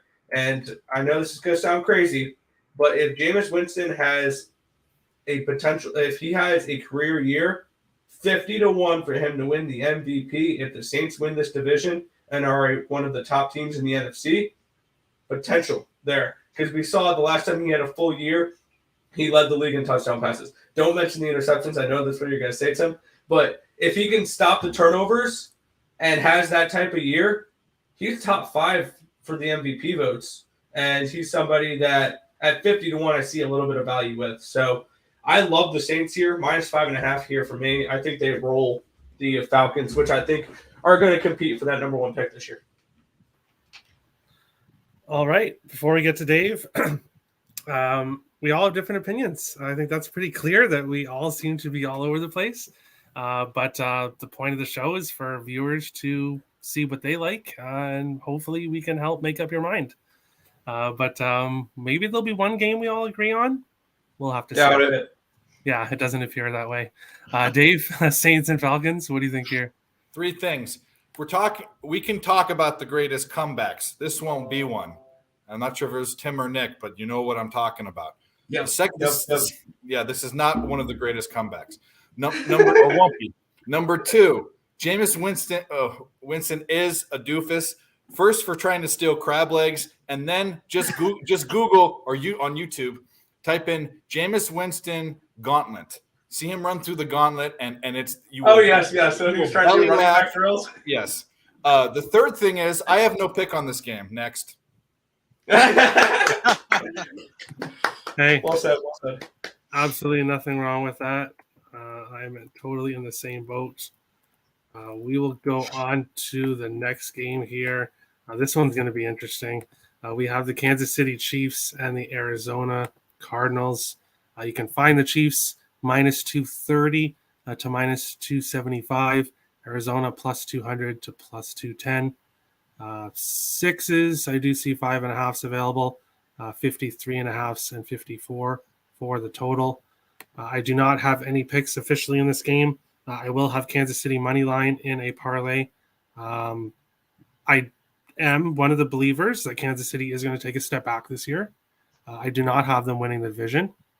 I have them coming in second place. But I do think this is a game they'll win. I'm not very high on the Cardinals or Murray. I'll take Mahomes any day of the week. I still think this Chiefs is the overall better team, but I do think they're going to take a step back overall this year. Dave, Chiefs and Cardinals, what do you think here? Another quick one for me. It's the jury's out on the Chiefs. Still got a great coach. Still got one of the best quarterback. Probably will end up being one of the best of all time. They did lose a big dude on offense, Tyreek Hill, but jury's out. I have the Cardinals or Chiefs as about a 3-point favorite, which means I should be going with the Cards. But here's the problem: Kyler Murray is horrible.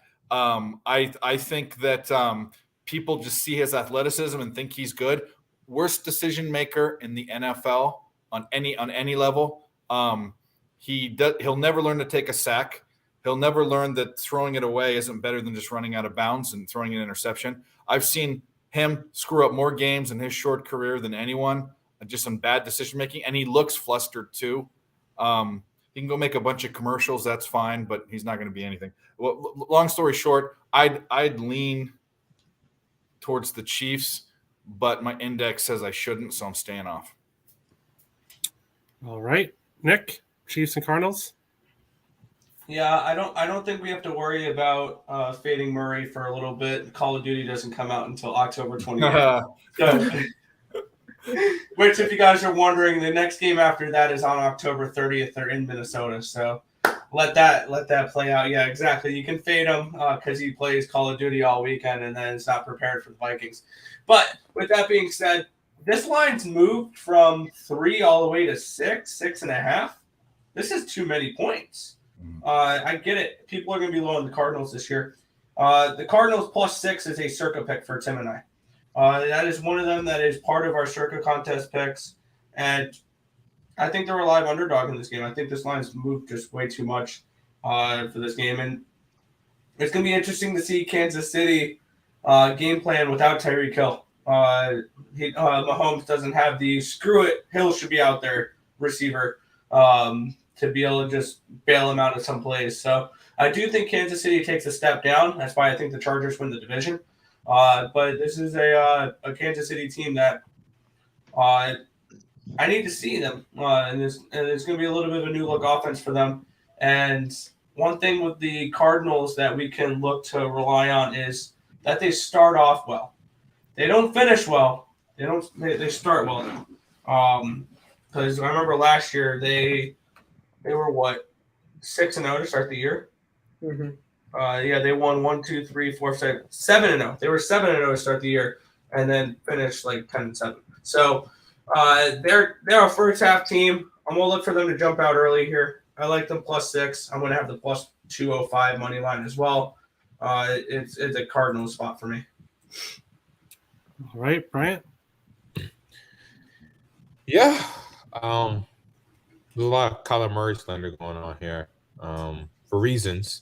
I didn't appreciate it. I'm just playing, guys. But he is my dude. I like the kid, man. He's got some stuff to work on, I think, on the field and off the field. But I like the Chiefs here, man. Let's get down to it. Pat, Andy, Travis, those guys they spent an offseason having to relive the fact that they blew it. They blew the AFC Championship game. I know the Bengals did what they did, but the Chiefs should have been in that game. They should have been in the Super Bowl. They retooled the wide receiver room. Got a couple of new little parts in there. I really like Sky Moore. He's a rookie. Might be a guy later on this season that could see a lot more reps. So he could be a prop option. But in this game, man, I like the Chiefs to come out fast. I'm going with the hold on, let me pull it up real quick. I had it right here. Come on.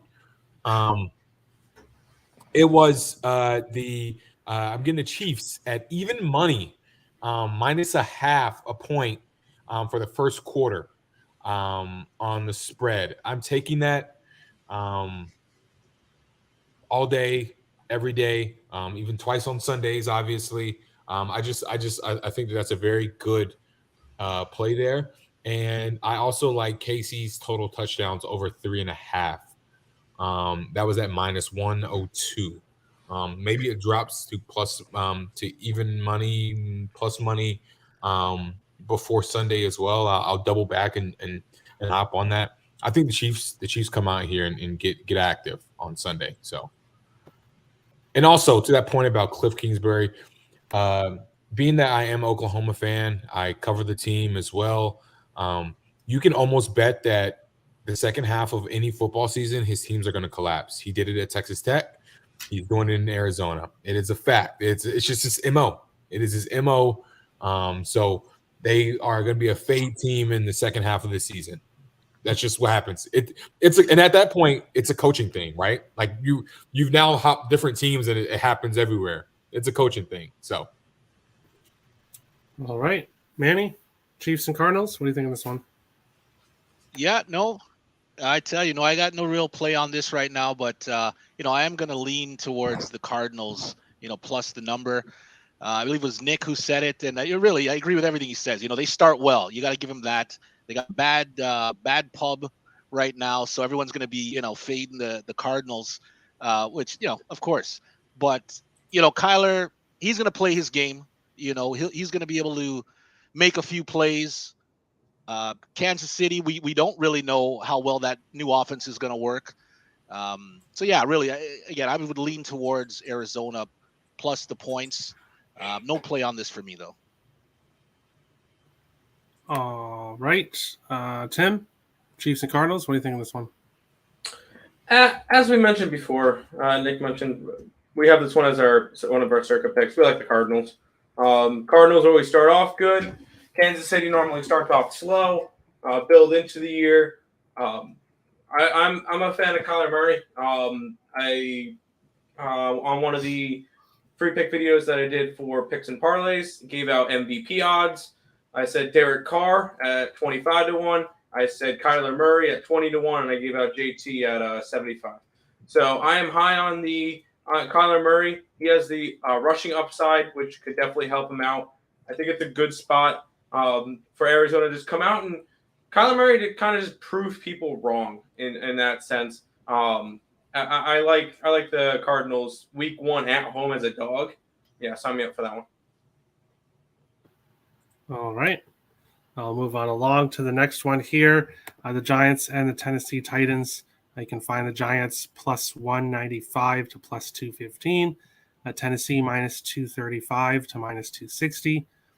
Tennessee minus 5.5. I do see a couple sixes, and the total is pretty much 43.5 everywhere. Currently, no pick in this game for me. I will have Tennessee money line in some parlays. I think I'm the only one in the world that still believes Tennessee has a chance at winning this division. Well, I think they have more than just a chance, but I'm the only one that really has faith in this Tennessee team. But I'm not going to go out here in week 1 and expect them to cover 5.5 because I could definitely see this. Another example like the Bengals game where the Titans win by 2 or 3 points, maybe 4 points. So I'm not going to take them on the spread, but I do like the Titans to win the game. Tim, Giants, Titans, what do you think in this one? 3 out of 4. Tennessee Titans are on my overrated list to start off the year. They got worse over the offseason with losing, what was his name, the wide receiver? A.J. Brown. They got worse. And sure, the Titans got the 1 seed, even though without Derrick Henry. They were the luckiest team in football last year.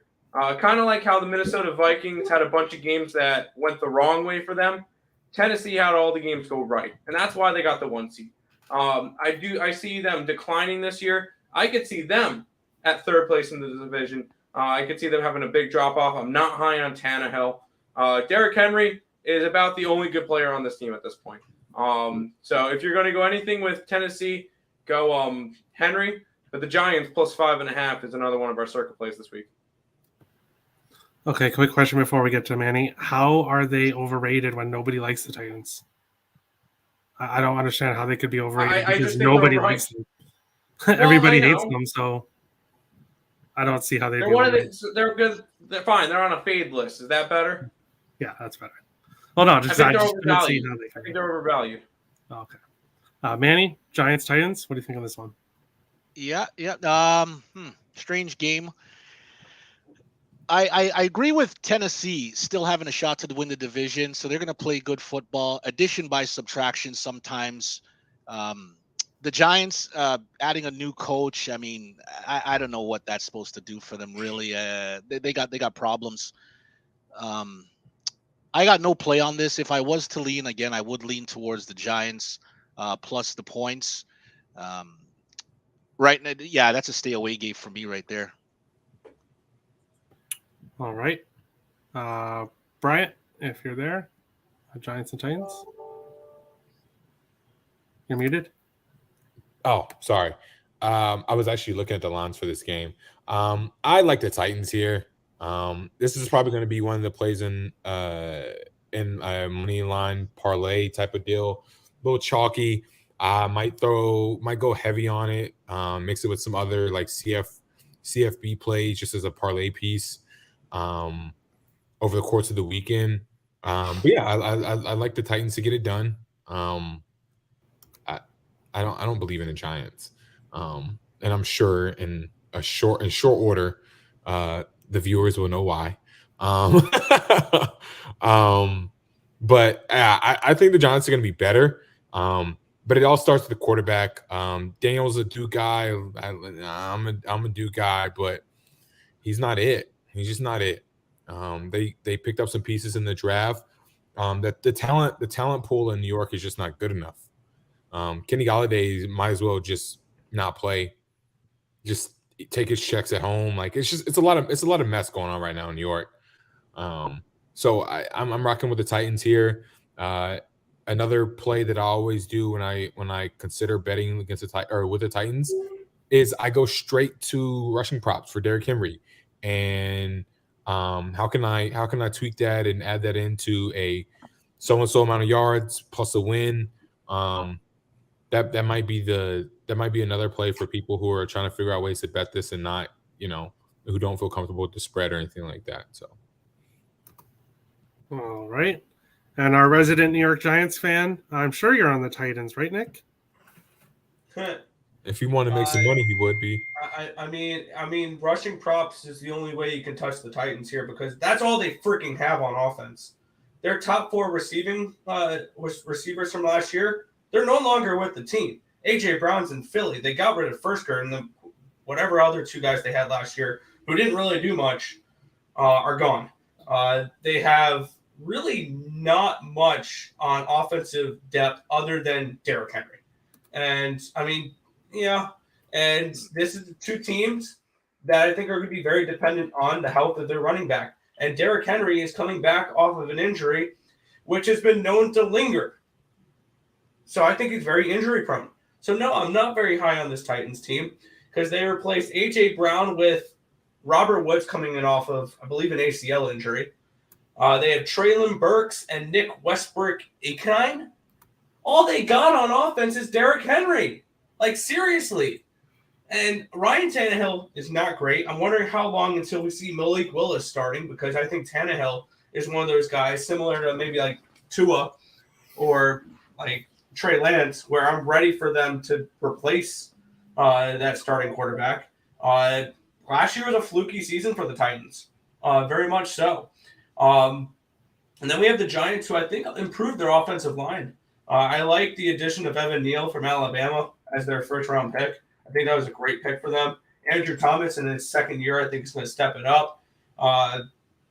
And I don't hate the receiver core. Kadarius Toney has potential. Darius Slayton has had flashes. Sterling Shepard, when healthy, he's pretty good. Saquon Barkley, when he's healthy, can be an elite running back. There's a reason why this guy's going in the second rounds of fantasy drafts. It's because when healthy, he plays a role in the passing game as a good dump-off option for Daniel Jones when he gets in trouble, and he can run the ball. So as long as Saquon Barkley is healthy, that totally changes the face of this Giants offense. And I like the new head coach because he had that offense working in Buffalo, and I think that his offensive scheming is going to be able to help this New York Giants team improve this year. So I am going to take 5.5, 6 points with the Giants. I think they're a dog that is going to ruin a lot of people's parlays this week. So I'm going to take the Giants here plus the points and to win outright. I think that this is a Giants team that is going to surprise some people. that is improved compared to last year. And this is a make it or break it year for Daniel Jones. So I do think Daniel Jones is still a big question mark, but maybe with his ass up to a fire and a brand new head coach where it's like, all right, this is your last chance, maybe he performs a little bit better.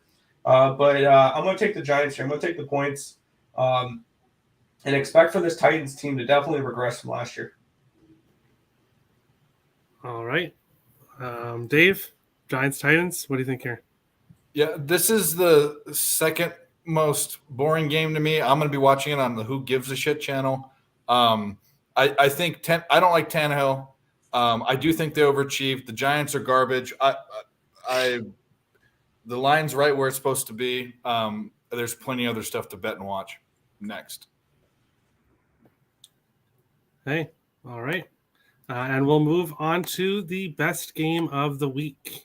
And that is the Green Bay Packers, the Cheeseheads. No bias there whatsoever. And the Minnesota Vikings. You can currently find. Oh, hey, Nick, if you want to talk about bias, I won't say anything else. I'll just keep it as that. But Green Bay minus 116 to minus 125. Minnesota minus 102 to plus 105. 47s, 47 and a halves. You can't tell me this is not going to be an exciting game to watch. You can't tell me it's not going to be one of the best games of the week with the two teams that we have here. No shocking surprise here for me. I bet you're going to hear on my card a lot. I'm going to give it out right now. It is my best bet.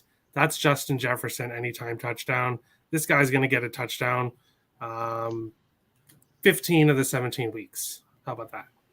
He's going to get touchdowns consistently, and he's going to cash that touchdown prop over and over and over again for me. And I'll also be on Minnesota team total over 22 and a half. I'm not scared of the Cheeseheads. Skull all the way. Tim, Green Bay Packers, Minnesota Vikings. What do you think of this one? I have a feeling I'm going to get kicked off after this. I like the Packers. I think it. Keep talking. My microphone's hot. Oh yeah, that's right. I just think that this line's too short. I'm not on the Minnesota Vikings bandwagon. I think they'll be good this year, but I still think that Green Bay is the best team in the division. And we've seen Aaron Rodgers play with random people. Honestly, he could probably put me as a wide receiver, and I could probably catch about 10 touchdowns this year. So we've seen Aaron Rodgers be able to do some good stuff, even with nobody around him. I like the Green Bay Packers in this one. All right, Manny, Packers Vikings. What do you think of this one? Oh yeah, that's going to be a good game. I feel like a playoff atmosphere kind of a game. I got Minnesota winning this division, and it starts here. You got to knock off the defending division champs right there at home. Again, Green Bay hasn't done that well in Minnesota the last 10 games, or it's 5-5. Again, Minnesota's beaten them the last game in Minnesota. That was with Devontae Adams. No Devontae Adams. Aaron Rodgers not on the same page as his receivers. He's taking psychedelics now and everything. I mean, who knows where his head is at? He seems more focused on his attire arriving at training camp than working with his receivers. So, Minnesota, you have to win this game. I'm with Minnesota on the money line, plus 105. That to me is a given. Playoff atmosphere. Aaron Rodgers, he got his bag. He's happy. Do some more, whatever you're doing there. But I could never back Aaron Rodgers in this spot here against Minnesota. Jefferson, Cook, Thielen. They got weapons, and Aaron Rodgers doesn't have any weapons. So, I'll take Minnesota there. Money line. I like it. No surprise there, though. Bryant, Packers, Vikings. What do you think of this one? I am staunchly in the belief that I think the Vikings are going to take a step forward. I think Kevin O'Connell will help unlock a little bit of that offense a little bit more. I'm not a big Kirk guy, but I think that Kirk is more than a capable enough quarterback to do the things that the Vikings need him to do. I just wonder how that defense holds up against the Packers and other teams that they have to play this year. I think that's really kind of like that's where it gets dicey. But I think they very much can go contend for a playoff spot. So, but in this first game, I got to go with the Packers. We get a healthy secondary, and I think the Packers secondary, personally, maybe the best secondary in the entire sport. Jair Alexander, top 3 cornerback. Darnell Stokes or Eric Stokes, Darnell Savage, Adrian Amos. All these guys are really, really good DBs, and I think that bodes well when you're going to go up against You're going to go against Thielen and Justin Jefferson, and they have a good front seven as well. It's a damn good defense by the Packers, and I ultimately think that's kind of the difference. I think that they'll do just enough to get a stop. It might even be Rodgers leading the comeback down or leading the game-winning drive at the end of the game, with Mason Crosby somehow, some way, find a way to hit a field goal. But I think this is a very, very good game. It's going to be a good game to watch. Like Manny said, it's gonna have kind of a playoff atmosphere already. But ultimately, I'm gonna take the Packers -1.5 and keep it pushing. Boo! No, I'm just kidding. Nick, Packers, Vikings. What do you think? It's okay because I know what's gonna happen when my team comes up. So yeah, there you go. Exactly. Yeah, looking at this game for me all summer long, one play I was looking at this on this card that I was looking, I'm like, I'm going to bet this. I'm going to bet this. I'm going to bet this. I really like the Minnesota Vikings. And then I started looking at it a little bit more and a little bit more and a little bit more. I like the Packers. And here's the thing. The Vikings are going to be a fun team to watch this year. They're going to be an exciting team to watch this year. They're going to put up a lot of points. Jefferson, Dalvin Cook, Adam Thielen, they're a lot of fun. You look at the other side of the ball, they're going to have to put up a lot of points because they're going to give up a lot of points. That defense may be what keeps them out of the playoffs. Like, that defense needs to vastly improve, and I don't trust that secondary. I don't trust their defense. I think that Aaron Rodgers can drop 28-31 on that defense. So they're going to need to put up 34 points in this game in order to win. Do I think that can happen? I don't know. That defense for Green Bay looks really solid. Like, I think that's a top 5 defense in football, and that's what's going to keep this Packers team on top of this division. I like the over 47 in this game, just because I think that the offensive talent on Minnesota will be able to put up some points, and then Aaron Rodgers with a bunch of nobodies is still going to have his way with that Minnesota defense. I'm thinking 34-31 Packers, something along those lines. So over 47, Packers team total over, and Packers money line is kind of where I'm going for this game. So my opinion is completely flipped on this game as I've looked more and more into it. There's been a couple games with that. The Commanders were another one like that. But I really like the Vikings heading into this year, and when I look more and more at this game, it's Packers for me. Also, I just want to add, the Vikings played 17 games last year, right? Like everyone did. 14 of those games were one-score games. Yep. That's Mike Zimmer and Cousins not working well together. That's the reason for that. Kirk Cousins, I'm not. Like somebody else said, I'm not a fan of Kirk Cousins. I'm not. He is capable. He's definitely not an elite quarterback. He's definitely not a top 10 quarterback, but he is capable. That's all I have to say there. But yeah, the reason why they lost so many close games is because of Zimmer and Cousins not willing to work together, and your coach and your quarterback need to work together. Like it's a necessity. So that's kind of my thoughts there. Yeah. And naturally, statistically speaking, games like that, they flip. So, right, like season to season, you're not going to be consistently great at winning one-score games every single year. It just doesn't happen. It's why we expect regression with the Titans. Exactly. Yeah, no, and I'm not disagreeing with you on that at all. But yeah, no, I mean that is exactly. So you're going to have negative and positive regression with that. So maybe for the Vikings going forward, they finish those games that they didn't last year But yeah, for this specific instance, though, I'm going with the Packers. Though. That's all. All right, before we get to Dave, you can see the background of the show. You can tell that I'm a Vikings fan, but even I can't agree with that statement. Sorry, Isaacs. They should keep the morale as long as possible. Dave, Dave, Packers, Vikings. What do you think here?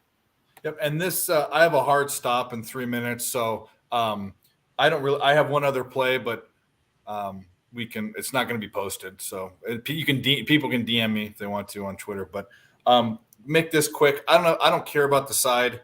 I don't think the Packers are as good as they've been. I don't think the Vikings are a championship team. I think the Vikings are a fantasy football starting lineup. I think the Packers do have a defense. I think Kirk Cousins is Tony Romo. He's a great fantasy quarterback, horrible in prime time. I wish them luck. I hope the Packers don't win the division. I'm getting sick of them. And Aaron Rodgers does have other things on his mind. He wants to go do drugs and smoke cigars with Joe Rogan on his podcast.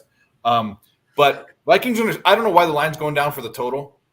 I'm going over. I mean, what do they have to, 28-20, 28-21, and we cover? I mean, you know who we're dealing with? Besides Minnesota, we're dealing with Aaron Rodgers. He'll find, he'll throw it to his punter that can score a touchdown eventually. You know what I mean? He's one of the best quarterbacks of all time. I think they're going to be okay with scoring points. I don't know if they're going to be championship caliber. I don't think they're the best team in the NFC, but I think both these teams score points enough to get to 47. All right. Your best bets are in. You typed them in, right? So we'll go over them. Thanks for coming, Dave. Peace out. Have a good one. See you in a little bit.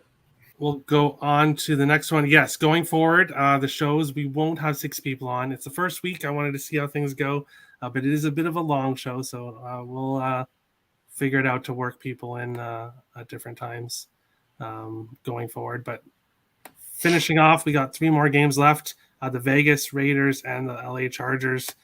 You can find Vegas plus 150 to plus 160. The Chargers minus 175 to minus 185. 3.5s, 3s, and a 4. 52 or 52.5 for the total in this game here. I'm very high on this Vegas team. I have them winning this division as a big upset. Not only was the price great, but this is this is going to be the closest division in the NFL. I think it's going to be very close between 1 to 4. And Nick, you have the Chargers winning the division. I have the Chargers coming in 4th. So that's how close of a division. Yeah, it's going to be Chargers, Broncos, Chiefs, and then Raiders will win the division. That's my thoughts. But hey, everybody has different thoughts. But in this game here, Vegas. I need to hit the garage where you are. Jeez. Well, what's wrong? What's wrong with Vegas? Why is the Chargers so good? Let's see what their defense can do, which is nothing. That's why I'm on Vegas team total over 23.5, which is way too low facing this Chargers team. I'm also on Devontae Adams anytime touchdown and Hunter Renfrow anytime touchdown. Hunter Renfrow is plus 190. Devontae Adams plus 120. And I'll also have Vegas money line as well. Tim, Raiders, Chargers, what do you think on this one? I think with this division, everybody's going to have a different order of how it's going to go. I think the Raiders win the division. I think the Chiefs come in 2nd. I think the Chargers come in 3rd. Broncos are overrated. That's my 4th team. I like the Raiders this week. When I drafted my fantasy team in the Picks and Parlays League, I got Renfrow, I got Carr, and I got Waller. So I got a core of Raiders. I think they're going to have a really good year. And when it comes to fantasy, if you're not drafting players from the AFC West, I don't know what you're doing, because this is going to be the division that scores the most points. They have the worst defenses, the best offenses. I like the Raiders in this game. I like the over in this game. I see a lot of points. If you want a dynamic game, if you want a high-scoring game, this is the one for you. This one could end up in the 70s in terms of point totals. Yeah, something else I think we can all agree on is that both these teams have good offenses, defenses, not so much. Correct. Manny, Raiders, Chargers, what do you think on this one? Oh yeah, I think it's going to be a great game. I don't know if it's going to match what we saw towards the end of last season, but it's gonna be intriguing. I'm going to take Chargers money line. Simple fact, you know what? Josh McDaniels, new head coach, very complicated offense he tends to run, and for all these guys to get together on the same page for Week 1, I don't see that happening. I'm hoping that Carr can find Devontae and make everything work with that. Never mind with the new offense that are going to be implementing. And the Chargers, all your coach has to do is make the right plays. He must have learned something from last year. You can't be, losing games for your squad. 3.5. I don't trust the 3.5 per se, so I'll take the Chargers money line. The Herbert factor. I mean, that's the offensive player of the year right there. 20-1. Get it now. But um, having said that, Herbert's the real deal. Obviously, he's better than Carr. He's got weapons, and yeah, they're going to take some time to figure it out in Las Vegas. But they'll be a good team. I don't think they'll win the division. They'll probably come in third or something. But give me the Chargers money line here. Let's enjoy the game. All right. And yeah, I think, Tim, you're totally right. Everyone's going to have different standings for this division because of, I literally think this is going to be such a close division. They're all going to cannibalize each other. Everybody's going to go 2-2 against each other in the division. Bryant, Raiders, Chargers. What do you think of this one? I have the Chargers to finish second in this division. I made a bet on it. I think we spoke about it. I told you guys about it earlier this summer, sometime this summer. We were just chatting it away, but that was on my futures. I've got a lot of futures. And if anyone wants to know what some of those are, I'd be happy to share the tickets for it. But I like the Chargers a lot, man. NC and the NC guy, Keenan Allen, he's one of the league's best route runners, best receivers. I like Herbert a lot. I like his game. I don't like the fact that people hold him in this high regard, and he hasn't really won anything yet to necessarily deserve it. And it sucks because they put him on this pedestal, and then if he fails, which happens, right? They're going to tear him down and make him look like he's not an ultra talented quarterback. So, but that being said, guys, it's the Chargers for me. And I'm going with the Charger team totals a lot this season. That offense is dynamic. Herbert's only getting better. They've got weapons. Eckler can catch it out the backfield. You got Allen, Mike Williams, Jalen Guyton, Donald Parham, who's just a cheat code with his height at 6'7", 6'6", whatever it is. That's kind of where I'm going with this. I ultimately have I have this spread, the first half spread for this parlayed. I'll pull it up real quick. I have the first half spread. It's -3. I got it at -105, and it checked down to even money now. So maybe I might double back on that. But nonetheless, I also see value in the Chargers first quarter total, or first quarter money line. Not money line, but first quarter spread minus 1.5 at +105. I love these values on these. If you think a team's going to come out and establish themselves early on, why are you not taking the plus money when you can? And that way you can watch the game free of stress, or you can double back if you want to. So that's something else that I'll be on a lot this year, much like I do with F5 run lines and team totals and stuff in baseball. So that's my play for it. All right. Nick, Raiders, Chargers, what do you think here? This will be a Chargers team total over, full game over for me. I really like this offense for the Chargers this year with Herbert and with Allen and with Williams and with Eckler. I have Eckler. He was my first round pick this year. I think that the Chargers are a damn good football team, and they're going to take a big step up this year. And I see the Raiders similar to the Miami Dolphins. Just because you add a big name wide receiver does not make you good. Yeah, they improved a little bit from that but that's not going to make or break you. So I do think that they are able to put up points. I'm not sold on their defense, but I do think that this is going to be a high-scoring game. So I'm going to take the Chargers team total over and then the full game over as well for this one. All right. Moving on along to Sunday Night Football. We do have the Tampa Bay Buccaneers and the Dallas Cowboys. You can find Tampa Bay minus 135 to minus 145. Dallas plus 110 to plus 122. 2.5s, 1-2. And then I see 50, 51s, 51.5s here for the total. I'm going to be backing Tampa Bay in some form. Sorry, Bryant, but I'm going to be backing the. I'm going to be backing Brady. I don't think Brady takes a step back. I think he's going to be same old Brady here, and as long as he's same old Brady, this Buccaneers team is going to be contending for the division.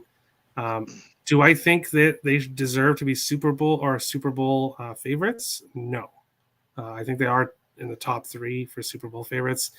Probably only because of Brady, but that's probably the only reason why. But it is Brady. It is Sunday Night Football, week 1 here. I think the Bucs win, but you're looking at minus 135, which I'm not going to bet singly. So I will have Tampa Bay money line in a parlay of some kind for this one.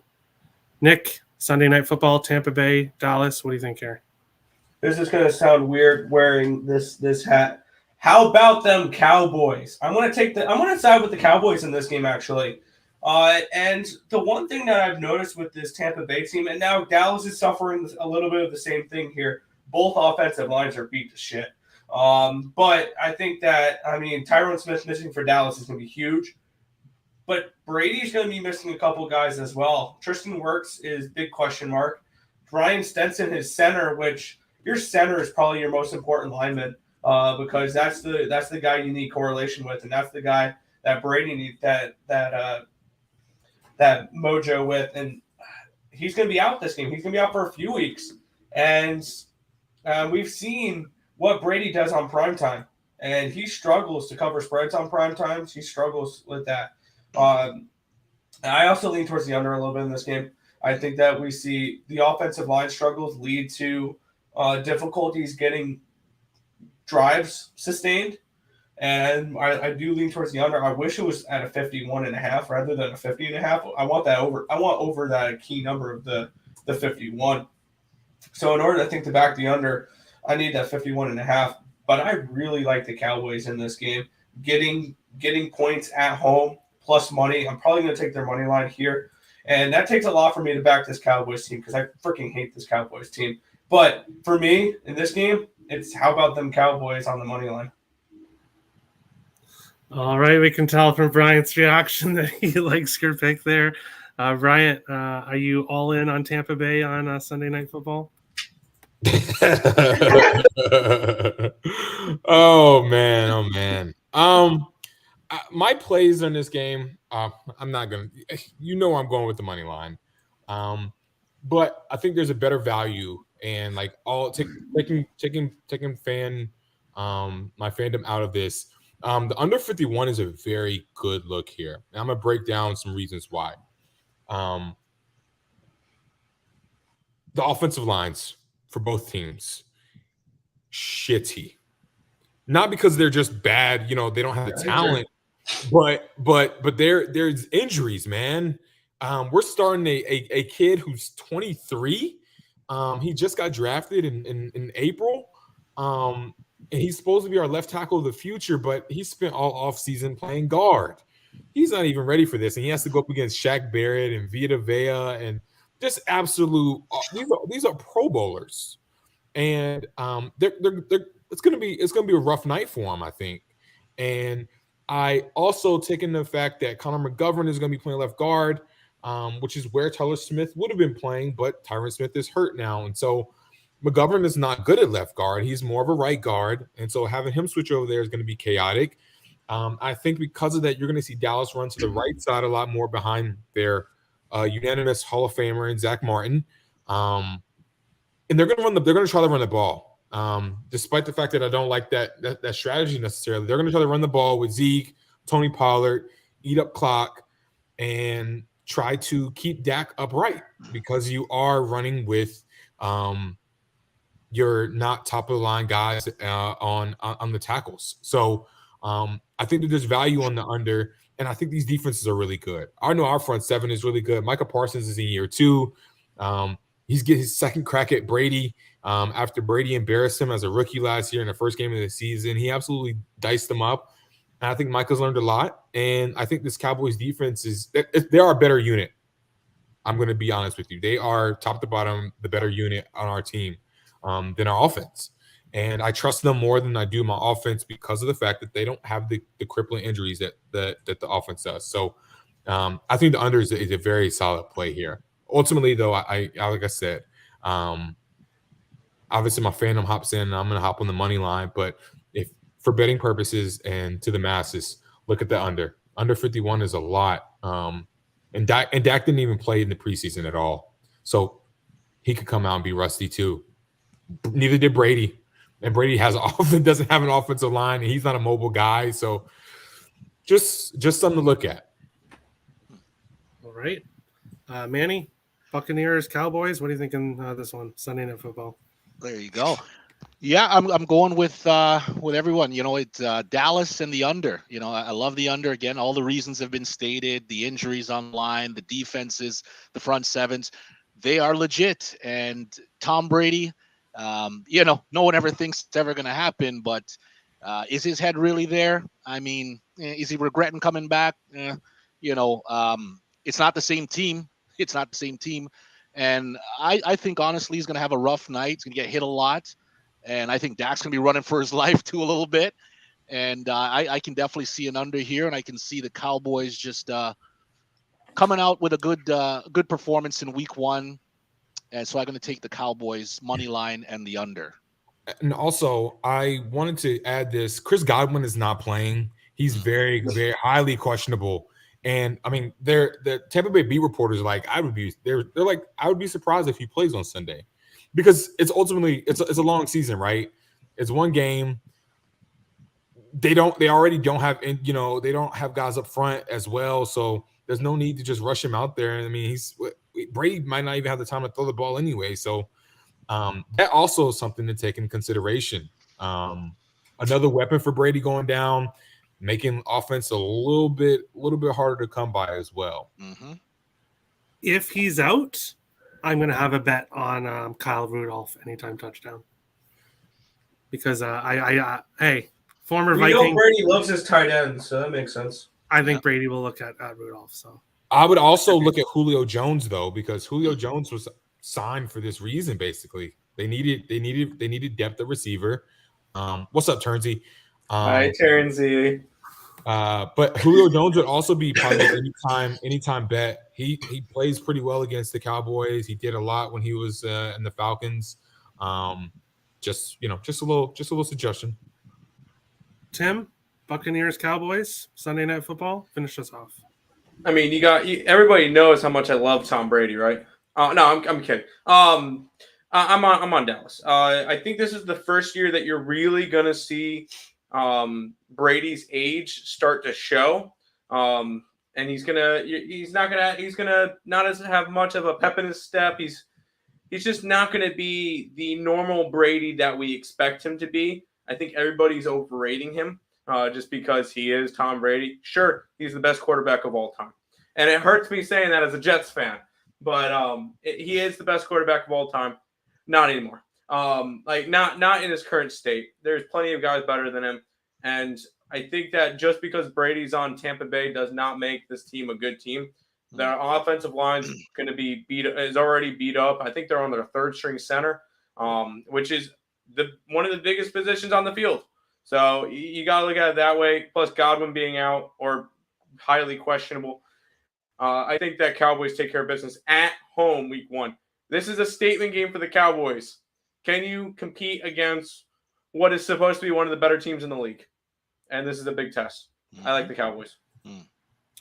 All right, and we'll go on to the final game of the week. And this is going to get interesting because I'm going to start us off here. because I know I'm on a different side than Nick and Tim, but we'll get there.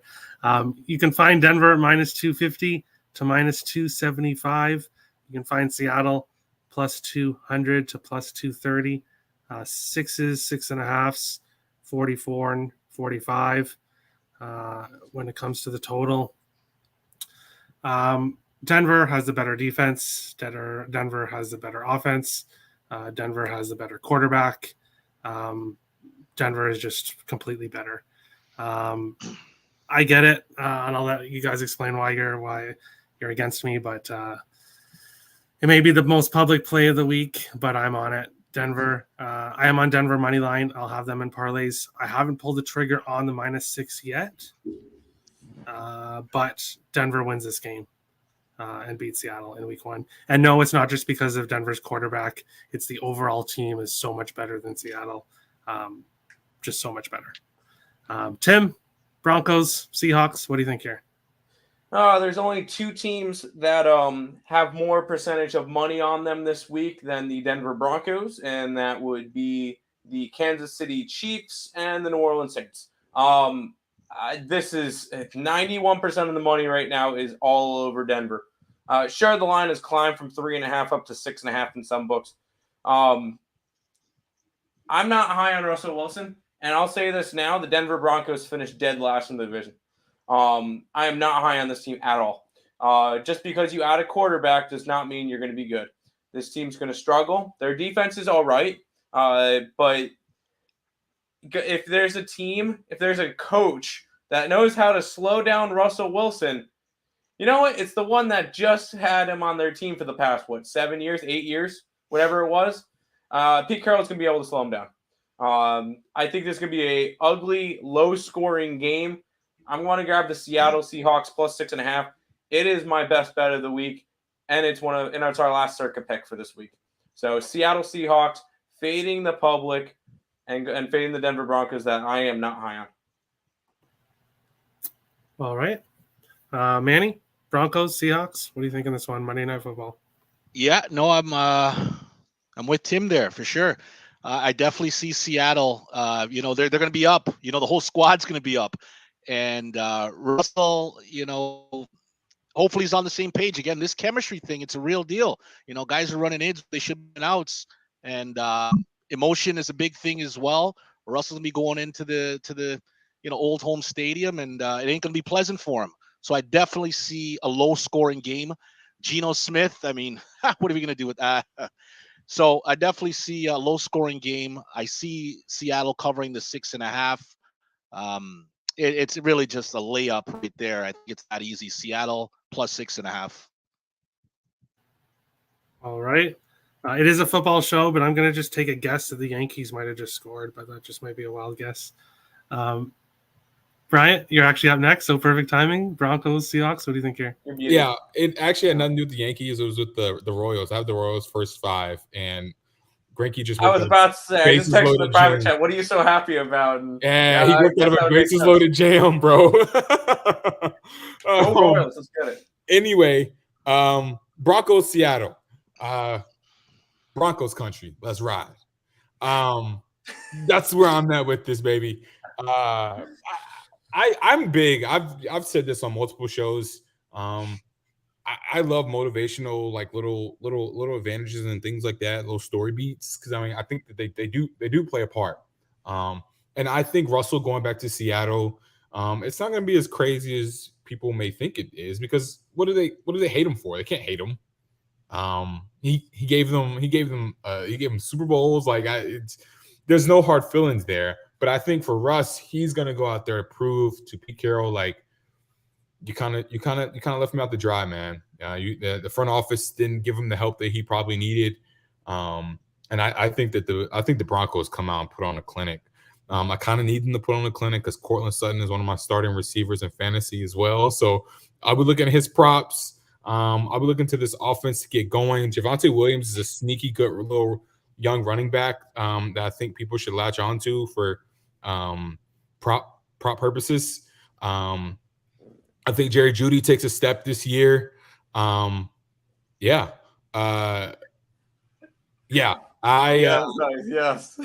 It's not gonna happen. It's not gonna happen, guys. But I have the Broncos first half spread at -3.5, and that's -1 or -3.5 points, and that's -110. I'm rocking with that.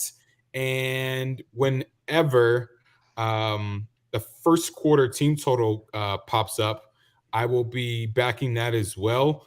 But the total points overall, I have the Broncos over 26.5 at -110.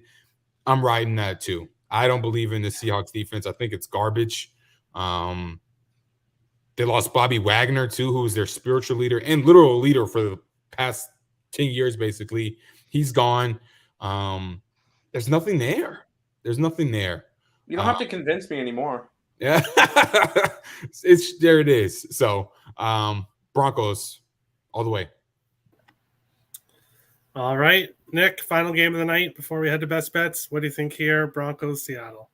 Yeah, this game checks the box for me of slaughter game. What is a slaughter game? It's that game at the end of the night or at the end of the week. Usually it's a Monday night game or a Sunday night game, and the big favorite loses outright. And what that does is all these people who have Broncos money line on all their parlay tickets watch their money go to money heaven. And I see that here. I get it. Yes, the Broncos are the better overall team here. The Seahawks are not going to be a very good team this year.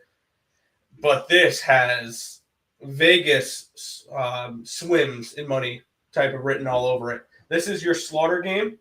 I like the under a little bit as well in this one. I think this is going to be a sluggy type of game. It's a Monday night game, so obviously primetime under is always in play. I think this is a 14-10 type of game. This is a 16-13 type of game. I think there's going to be a lot of running the football. Pete Carroll is going to have that defensive game plan ready for Russ, who has taken a step down or who has not been as good the last few years. I'm not sold on this Broncos team in general. Gino was covering some spreads last year. I remember that. I had him a few times, and he covered a couple of spreads for me. So I'm going to go ahead. Seahawks plus 6.5. And let's slaughter some parlays on Monday night. Give me the Seattle Seahawks straight up here. All right. And that is the week 1 show. I wish we could have agreed on a little bit more, but hey. Maybe you pick better picks, and maybe we do. Well, no, the thing is Love you, Terry. everybody's against each other. It's not just me. Oh, yeah. Welcome to the NFL. Nobody here, none of us agreed on the same pick. So some of us agreed. I don't think you and Nick agreed on anything. So, well, that's just normal. But hopefully, people watching, you can find something you like, and hopefully, we can all somehow be profitable. That's just the goal. So, best of luck to all of us. Going to the best bet segment, we'll start with over under. For me, my favorite total of the week is the Las Vegas Raiders team total over 23.5. I think they could get to 24 in the third quarter, early third quarter. Nick, you are going Chargers, Las Vegas over 52. Yep. Tim, you're going Indianapolis, Houston under 45.5. Yep. Dave is going Green Bay, Minnesota over 47. Bryant, what is your total of the week? You're muted. It's going to be back to the Cowboys Sunday night game. I'm going with the under 51. Great. Manny, is there a total you like this week? Absolutely. Let's kick off the season with the Bills Rams under. Woof. Under, and I'll find out It. exactly. -110. Yeah. Actually, -105. 52. 52? Yeah. That's what I needed to find out. All right. Over under. Going on to dog of the week. For me, my dog, no big surprise here. I could have went with other ones, but I'll go with my most confident one, and that is the Minnesota Vikings plus 105. Nick, you are going with the New England Patriots plus 160. Tim is going with the plus 220 Arizona Cardinals. Go big or go home. Dave is taking the Cleveland Browns plus 107. Bryant, what do you think here? Dog of the week, if you have one. Yeah, I'm staying away because although I love my team, I'm not gonna put that on You there. won't take the Cowboys. I know it. Nah, I'm not going to. Not yet. We probably won't be that many. We won't be dogs that many times. But yeah, I'm not gonna do the homer pick and put my team there. Not for this particular play. Oh, what are you trying to say there? About I'm just kidding. No, I'm not. No, you know what I mean. No, Just, I know. I'm just messing with you. Trying to be somewhat like objective. Hey, it's week 1. Yeah, Manny, no, for sure. Dog of the week. Do you have one? Yeah, I'm taking Cleveland money line. There you go. Right. Apparently, plus 107 is the best odds you can find for that. This is not a soap opera.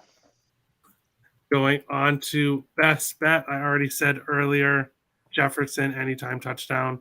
That's going to be on my card every single week. So it's an auto play for me all season long.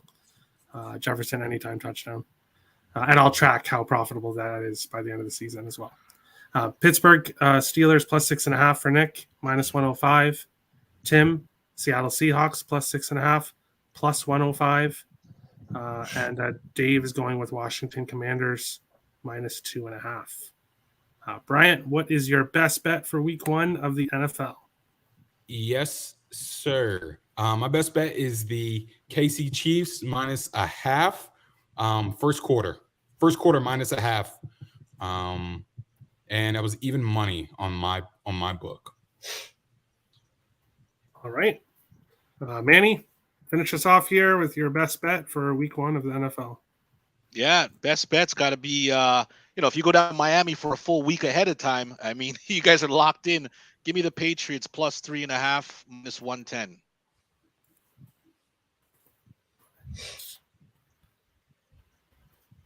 Plus 3.5, minus 110.